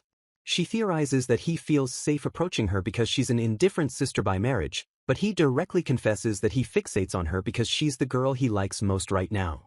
He adds that since everyone is already aware of his interest, they will likely need to coordinate in the future to protect their respective lords. She relents slightly, saying she can compromise on how she addresses him, but only if he maintains a proper distance. With a serious expression, she addresses him as Reinhardt. Reinhardt is pleased, accepting the name for now but suggesting she call him Hart, once she is used to it, a nickname she flatly rejects as a violation of their agreed-upon distance. He cheerfully ignores her rebuke and immediately asks about her next day off, proposing they go out together. Connie informs him that due to preparations for the upcoming Spirit Festival, she won't have a day off for the next 2 weeks as they are short on rooms for foreign guests. Reinhardt listens, calculating that 2 weeks from now marks the final day of the festival. He insists he will pick her up and tells her to keep the day open, but she counters that she plans to sleep all day and that he should give up. She internally observes that even after being shot down so directly, he doesn't seem the least bit offended. A realization dawns on her as she wonders if his goal isn't to have her fuss over him, but for him to fuss over her. She speculates that his considerate behavior might stem from guilt over past events involving her mother and the cruel actions of her stepbrothers. The thought of such pity is dismissed as a nuisance she does not need. Her past is something she considers deep and painful, not something to be simply overwritten by his actions. She tells him directly that he doesn't need to try to be a good brother, to which he replies that he never intended to be one. He clarifies his interest, comparing her to a cat that won't warm up to him, an aloofness that he finds unexpectedly hooking. His candid confession leaves Connie momentarily stunned and speechless. Her mind races, realizing that his words are not what someone would say to a person they consider merely a little sister. He says it all so naturally that she cannot read his intentions or tell if he is being truthful or simply lying to her. Her expression shifts from a composed frown to one of flustered confusion. Suddenly, a knock sounds at the door as a young man with brown hair peers in through the window. The knocking persists, and Connie looks towards the door with a worried expression. A man in a military uniform, Vice Commander Dagra, enters and apologizes for the late hour, prompting Reinhardt to ask why he isn't on his night rounds. Dagra is accompanied by Lord Abel, who demands to know what Reinhardt is doing there, and Reinhardt claims the blizzard kept him from leaving. Lord Abel retorts that the snow stopped falling long ago and orders Reinhardt to return to his post immediately. As he is escorted out by Lord Abel, Reinhardt winks at Connie, thanking her for the good tea and bidding her farewell. The young man from the window bursts in dramatically, grabbing Lord Abel and shouting that Glasses is awful for having another man in her room. Lord Abel calmly tells the young man to stop pestering her and advises Connie to lock her door as he drags him away. Walking down the hall, Lord Abel reprimands the pestering boy, while Connie closes the door with an exhausted sigh. Lord Abel threatens to hand the boy over to the guards if he doesn't go home, warning him there won't be a next time, and the boy reluctantly agrees. Lord Abel then turns his attention to Reinhardt, questioning why he would barge into the room of someone who caused him trouble, but Reinhardt states he had permission. Accusing him of a premeditated scheme, Lord Abel points out that using cats to get close to a cat lover is a calculated move, and a smiling Reinhardt accepts that he's been busted. Reinhardt changes the topic, asking Lord Abel why a neutral party like him has chosen to serve as Prince Julian's aide. Lord Abel explains that after declining the position for years, he now has a compelling reason to accept it. He reveals his motivation directly. Connie Will is his candidate for a wife. He continues, stating that Prince Julian himself recommended the match, and then asks Reinhardt if Connie is aware of this arrangement. Lord Abel confirms that she does not know, but he wants his potential brother-in-law to understand that he is completely serious about his intentions. Reinhardt is inwardly reeling from the news of a potential arranged fiancé for Connie, a recommendation from the prince that he had never heard about, thinking he should be happy for her. He questions his own feelings of unease, silently blaming His Highness for this unnecessary development. He reflects on his goal to value Connie as family, especially since he had hurt her in the past and she was only just beginning to let her guard down around him. The thought of another man discovering her unguarded side, of her belonging to Lord Abel, fills him with a sudden, intense anger. He realizes with clarity that the strange feeling that has been bothering him for some time is simple jealousy regarding Connie. He pictures Lord Abel standing beside Connie. Facing Lord Abel squarely, Reinhardt tells him to stop calling him brother-in-law, declaring that Connie has not chosen anyone yet. Meanwhile, back in her room and oblivious to the conflict, Connie lies in bed with the cats, feeling utterly exhausted by Reinhardt the flirt, and decides to just go to sleep. Accounts Officer John Hokies has his eyes on a particular girl, observing her from behind a stack of books as she reads. He initially saw the court lady, Connie Will, as a merely serious and hardworking subordinate, someone to offload tedious paperwork onto. But his perception shattered when he witnessed her effortlessly hoisting another man into the air, a sight that left him utterly bewildered. He was in awe of her incredible strength, questioning how a temp official who he nicknames Glasses-chan could possess such power. Her sharp, domineering words as she called the man a mutt sent a shiver down his spine, awakening something entirely new within him. From that moment on, he began to tail her relentlessly, only to be shut down at every single turn. His attempts to get closer grew more difficult after even the account's chief reprimanded him, though he persisted in greeting her, much to her annoyance. His life had another side, as seen one night when he met with his cloaked associates in the West Courtyard gazebo. He suddenly felt a pair of eyes on him from the darkness. Sensing the observer, he quickly told his associates to conclude their business, wary of being discovered by an outsider. One of the mysterious figures stood cloaked in shadow as the meeting concluded. The moment he made a move to investigate, the silent presence vanished, leaving him to question their identity. He then encountered Connie, also cloaked and out late, and questioned where she was headed at such an hour. She retorted that she was visiting an acquaintance and turned the tables, reminding him that both of them were breaking the rules by being out. He lamented her unique harshness towards him, but she simply stated he should reflect on his own behavior and was not worthy of an introduction. His playful request for a visit if he got sick was met with a cold dismissal, as she asserted that mutts don't catch colds. He interpreted her abrasive attitude not as hatred, but as a form of shyness, believing that any attention from her was a positive sign. Convinced she wasn't used to men, he resolved to be more assertive, believing a little push would make her reveal her true self to him. Her expression, however, remained stern and unyielding. He clenched his fist, determined to make his move and break through her defenses. But she acted first, effortlessly sending him flying backward with a casual flick of her finger. She looked down on his collapsed form with clear disdain before turning away.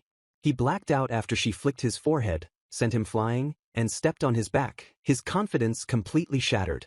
2 days later, he was bedridden with a severe cold, and Connie did not visit. Upon returning to work, he saw the account's chief interacting familiarly with her. His jealousy flared as he noticed another man, a well-known lady-killer knight, was also desperately searching for her, making him determined not to lose. His persistence eventually led him to a new discovery. Connie also worked as a maid, a sight he found surprisingly cute. While observing her, he noticed another maid watching Connie and the chief with a look of intense jealousy. He correctly identified the other maid's expression as raw jealousy, suspecting she harbored feelings for the chief. The complicated situation left him puzzled as to the other maid's intentions. As the jealous maid departed in a huff, she unknowingly dropped something from her pouch. He retrieved the dropped item and was shocked to identify it as a sinister black metal. He puzzled over how she could have smuggled the metal past the gate's magical detectors, concluding her pouch must possess special blocking properties. Realizing a mere maid couldn't acquire such a rare and expensive item, he knew someone influential must have given it to her for a specific purpose. But more important than the mystery of the metal was the immediate opportunity it presented. He decided to seize the moment, approaching the flustered maid with a charming and disarming greeting. He learned the maid's name was Sophia, and she was immediately receptive to him upon seeing his official's uniform. He baited her with a lie, suggesting that Connie received special treatment in the account's office and that Sophia should ask her for advice. This was the push she needed, and he watched as Sophia, whose face was twisted with malice, approached Connie to confront her. He watched from a distance as Sophia followed Connie into a more secluded part of the grounds. He knew Sophia, now corrupted by the metal's demonic power, had already killed 2 guards and would not hesitate to attack her rival. Sophia transformed into a monstrous insectoid creature and lunged at Connie, who expertly deflected the initial assault without a weapon. From his hiding place in the bushes, he wondered how Connie would handle this sudden demonic threat on her own. Now cloaked and masked himself, he watched the scene unfold with keen interest, ready to intervene if necessary.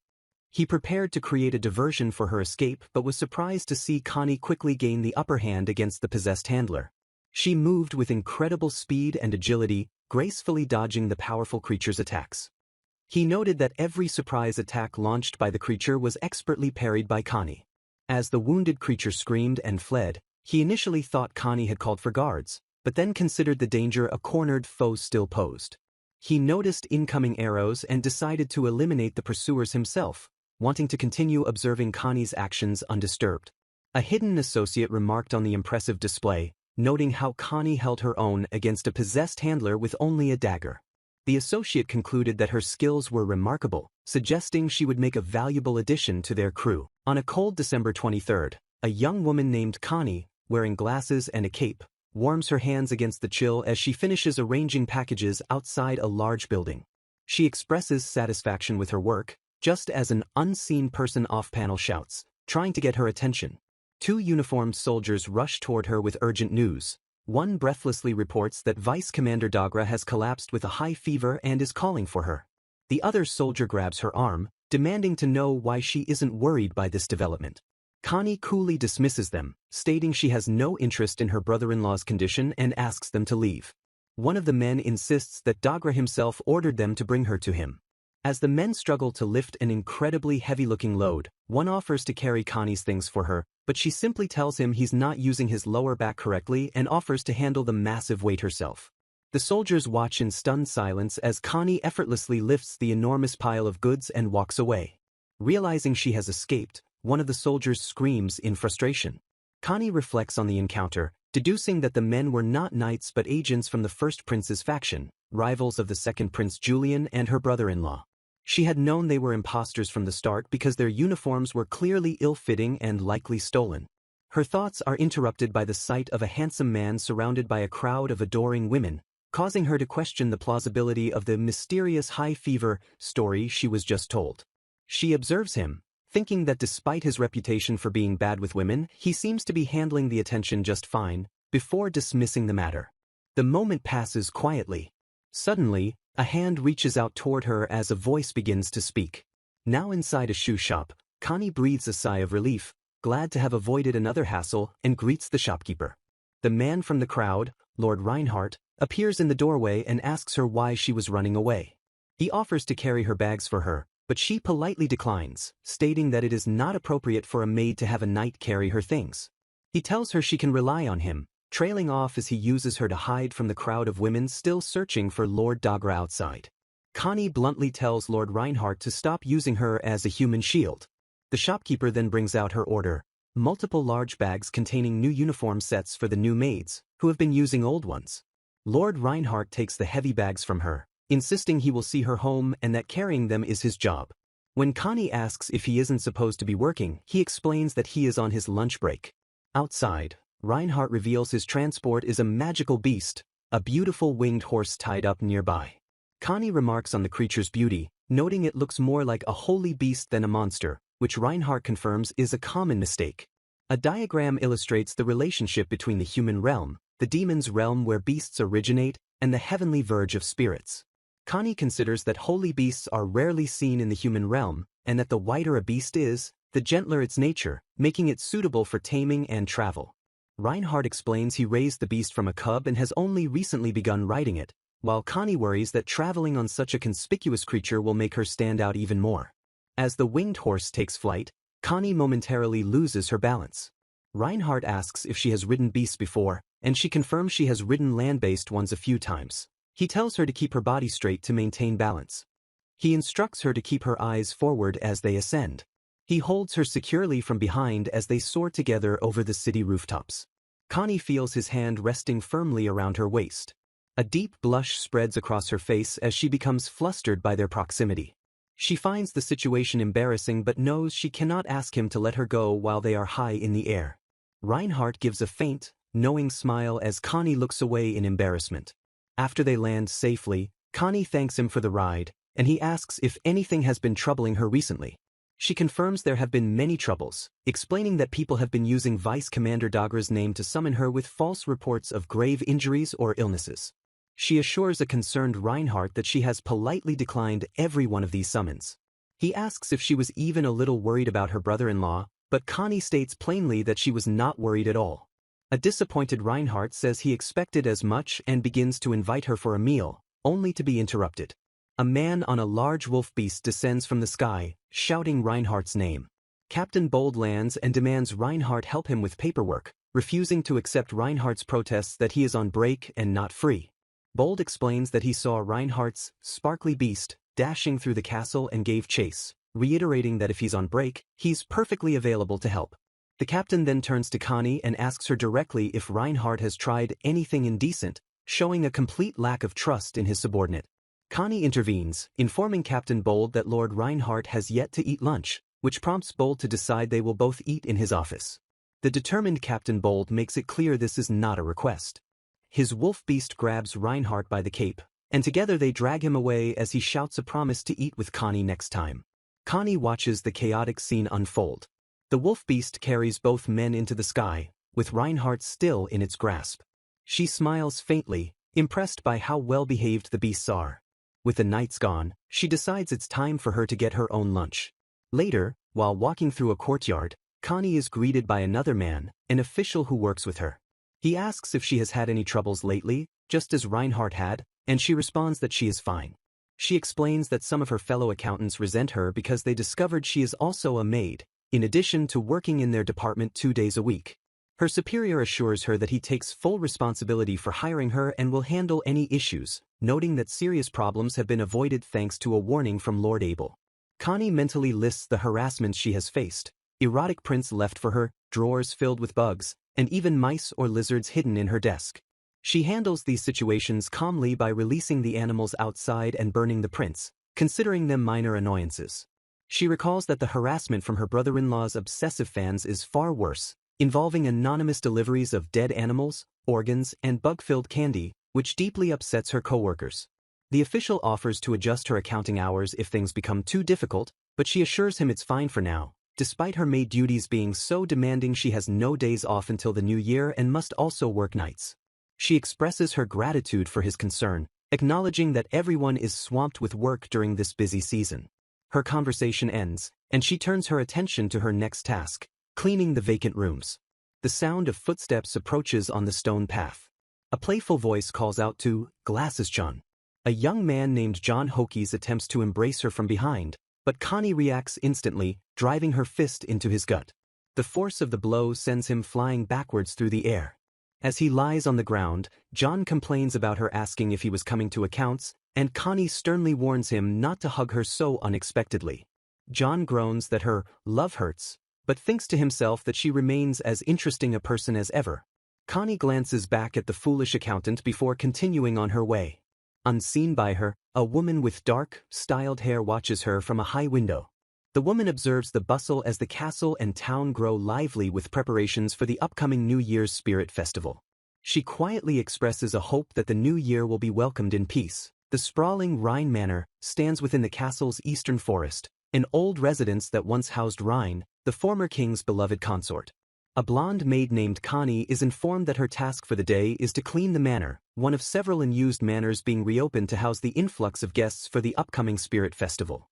Upon entering, Connie observes the thick dust and cobwebs, surmising that the manor has been abandoned for at least a decade or two. Her specific assignment is the 3rd floor, which contains the consort's private chambers, a suite where the sitting room and bedroom are interconnected. With resolve, Connie prepares to begin the extensive cleaning job. She and the other maids work tirelessly, sweeping, dusting, wiping down windows, and clearing away old furnishings.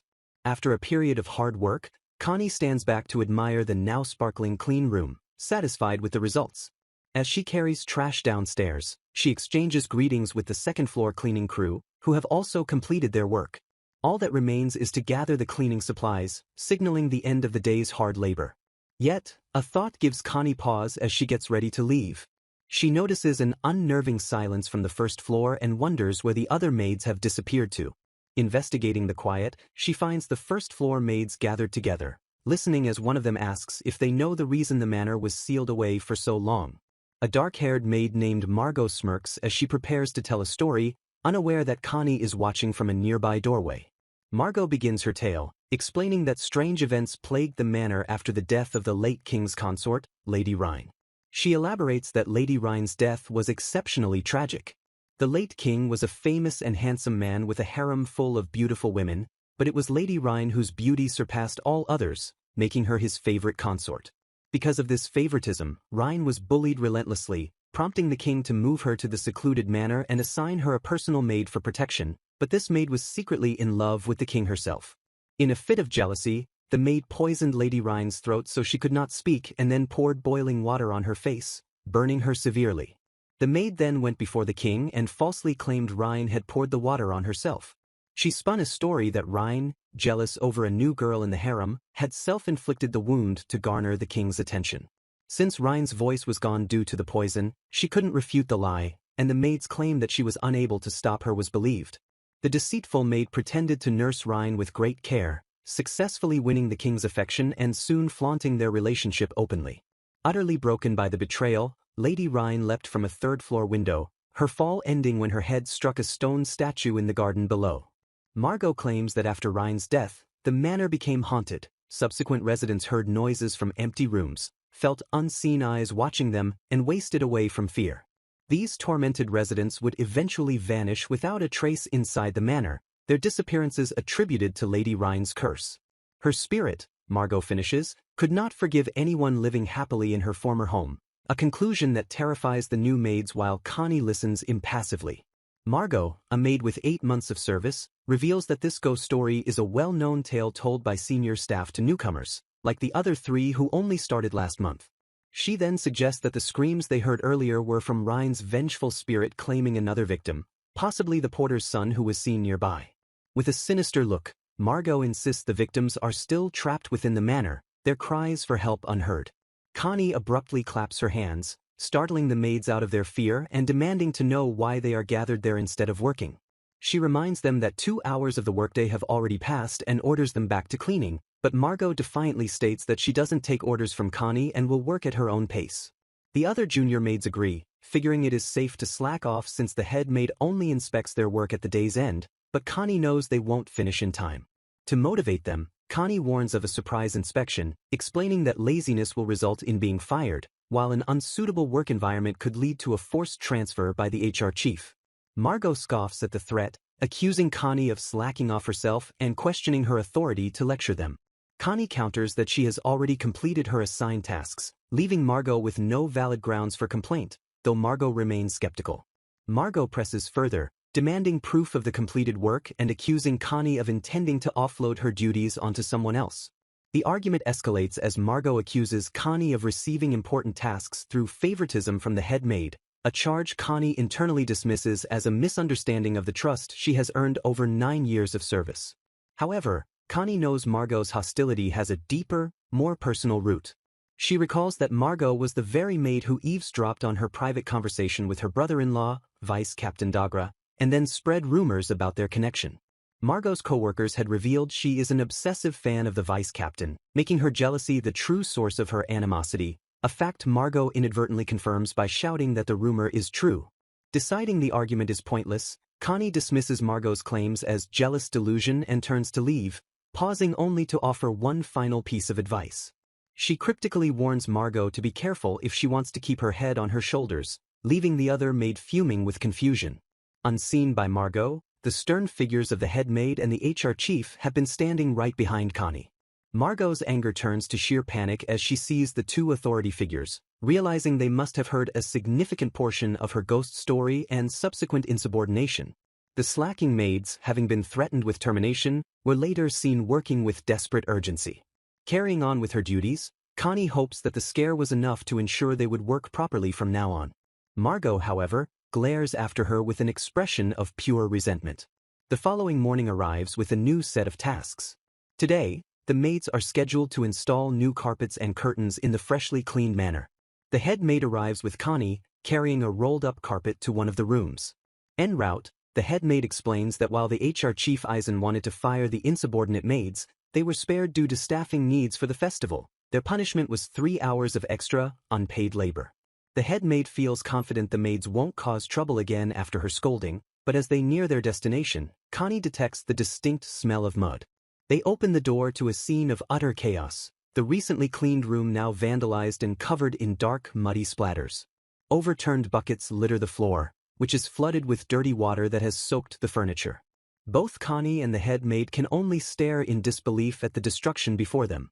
The head maid's initial shock quickly transforms into a look of cold, simmering fury. 2 maids enter a room to find a scene of chaos. A dark substance splattered on the wall, a stool overturned, and a bucket lying on its side amidst a puddle on the floor. The maid with glasses remarks with surprising calm that it's fortunate they hadn't laid the carpet, while her companion seethes, threatening to hang the culprit from the window for staining a velvet sofa. They begin to investigate, noting that the front door had been shut and the windows were locked. while the dryness of the mud from the backyard pond suggests the incident happened some time ago. The second maid has a sudden realization, recalling that after everyone had left through the front, a maid named Margot claimed she forgot a bucket and went back inside alone. She adds that she followed Margot right away but found the room's window was already locked, casting doubt on how an intruder could have entered or exited. The bespectacled maid looks on impassively as a mental image of Margot gleefully making a mess appears, concluding that 9 times out of 10, she is the one behind such hysterical outbursts. Her companion continues the report, explaining that the other rooms on the 3rd floor were similarly trashed, but the worst of the damage was found elsewhere. The search revealed that Lady Rhine's bedroom had suffered the most, with her entire collection of favorite vases, paintings, and other art pieces completely destroyed.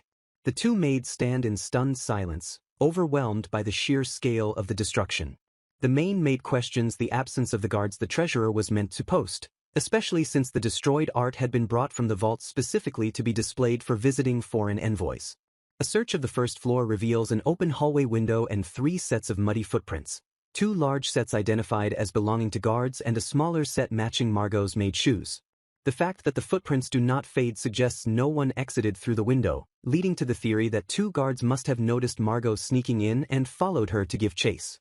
With no other point of entry discovered, they are left to wonder where the 3 of them could have gone and whether they are still hiding somewhere within the manor.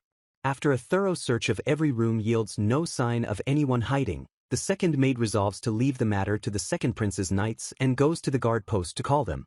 The blonde maid mentally summarizes the situation. Entry through the 1st floor, damage confined to the 3rd, with the consort's bedroom as the epicenter, making her wonder if her area was deliberately targeted. She gazes upward, pondering what could have possibly been smashed to cause such damage on the floor above. Her investigation takes a shocking turn when she discovers a magic beast's scale on the floor, forcing her to consider the unbelievable possibility of a rampage. The theory doesn't add up. A protective barrier should repel dangerous beasts, and a domesticated one would never storm indoors, leaving the creature's origin and disappearance a complete mystery. Their investigation is interrupted by the arrival of a squad of soldiers, whom the maid identifies as the 1st prince's knights. She pieces together the jurisdictions, realizing that while the 2nd prince's knights handle outer security, this newly arrived group is responsible for the grounds inside the castle. A bad feeling she had been nursing suddenly crystallizes into reality. Amidst the wreckage of Lady Rhine's treasures, a single golden display plate is discovered to be missing, and suspicion for its theft immediately falls upon her, as she was the one who had cleaned the room. During a formal inquiry, she firmly states her alibi, explaining that she finished her work at Rhine Manor the previous morning and has not returned since. She testifies that the head maid put the items on display well after the end of day bell, by which point she was already back in her room for the night, a fact her co-workers and the dorm guards for bureaucrats can verify. The man questioning her, Captain Endymio Regro of the 1st Prince's Knights, acknowledges her statement and informs her she will be held for further investigation until her alibi is confirmed. Hours crawl by in the interrogation room, and as evening descends, she begins to wonder just how long she will be left waiting. She mulls over what she knows of Captain Gros, the 24-year-old second son of a count, Prince Dominic's most trusted aide, and the reputed lone conscience of the notoriously ill-behaved 1st Prince's Knights. Being left to freeze for hours in a cold room, however, makes that sterling reputation seem entirely fabricated. She closes her eyes in frustration, the thought of her daily work lying untouched weighing on her mind. A familiar voice from outside the barred window, belonging to a colleague from the Black Butterfly Intel Unit, asks if she is bored and offers to pull some strings to get her out. She dismisses the offer, saying she would prefer her own room if she were to rest, while her colleague notes that a break might be good for her since she works too much. When he offers to break the lock, she immediately refuses, stating she doesn't want to draw any unnecessary extra attention to herself. Her colleague understands her reasoning, correctly deducing that Captain Gros is deliberately testing her. He reassures her that Deputy Captain Dagro will be back from town soon, and she will likely be released before her concerned brother-in-law feels the need to storm the premises. Captain Gros returns at that moment, apologizing for the delay, leaving her to ponder her colleague's cryptic words about being tested. The captain formally announces that they have verified her statements and that her detainment was a mistake, offering a perfunctory apology for the trouble. Before she can be dismissed, Captain Gros asks her to stay, indicating that he wishes to discuss something with her in private. He pours her a cup of tea, urging her to drink it before it gets cold, while she eyes him warily and asks what he wants to talk about. He confirms her identity as Connie Will, sister-in-law to Deputy Captain Daegler, and remarks that the wild rumors portraying her as a cold-blooded demon are clearly false, expressing mock disappointment that she looks so ordinary. Connie calmly retorts that rumors often stray far from the truth, an observation with which he agrees before casually mentioning that he has a half-sister. He begins to tell the story of his half-sister, Noelle, who is also a maid at the castle after her mother's death led to his father taking her in from the town, where she never quite fit into the noble household. He explains that to help Noelle become independent, he secured her a maid position by using a letter of introduction from the Marvel Marquis house after finding that official recruitment had closed. The problem, he says, is that Noelle is shy and has become isolated at both her workplace and in the dorms. With a calculated smile, he makes his proposition, asking Connie if she would be willing to befriend his lonely half-sister. Connie immediately recognizes his blatant attempt to use his 17-year-old sister, Noelle Faust, as an informant to keep tabs on her, but doubts the plan will work as the girl doesn't seem suited for such a role. She thinks back on the few times Noelle has tried to approach her, admitting to herself that she has always been too busy to engage. The captain confesses that since Noelle was too clumsy and slow to manage an introduction on her own, he orchestrated this entire situation to create an opportunity for them to meet. Connie politely declines to personally look after Noelle, citing her busy schedule moving between various work sites, but offers a compromise. She will encourage others to befriend Noelle so she no longer feels isolated. Captain Grow accepts her offer, saying he appreciates the gesture, as Connie excuses herself, stating she still has work to do. He makes one last attempt to detain her, suggesting she warm up with some tea before leaving the cold room. She turns with a polite but firm smile, stating that since she is chilled, a visit to the ladies' room takes precedence over tea. The captain's expression darkens as he watches her walk away, his plan having been deftly sidestepped. Her swift departure leaves an observer stunned. That day marked a turning point in the strange events at the manor. The official investigation concluded that the missing maid, Margot, and the two guards who pursued her were never seen again, having vanished completely. Margot's supervisor, Margaret San, narrowly avoided being dismissed for the incident, her punishment suspended due to the bizarre circumstances surrounding the disappearances inside Rhine Manor.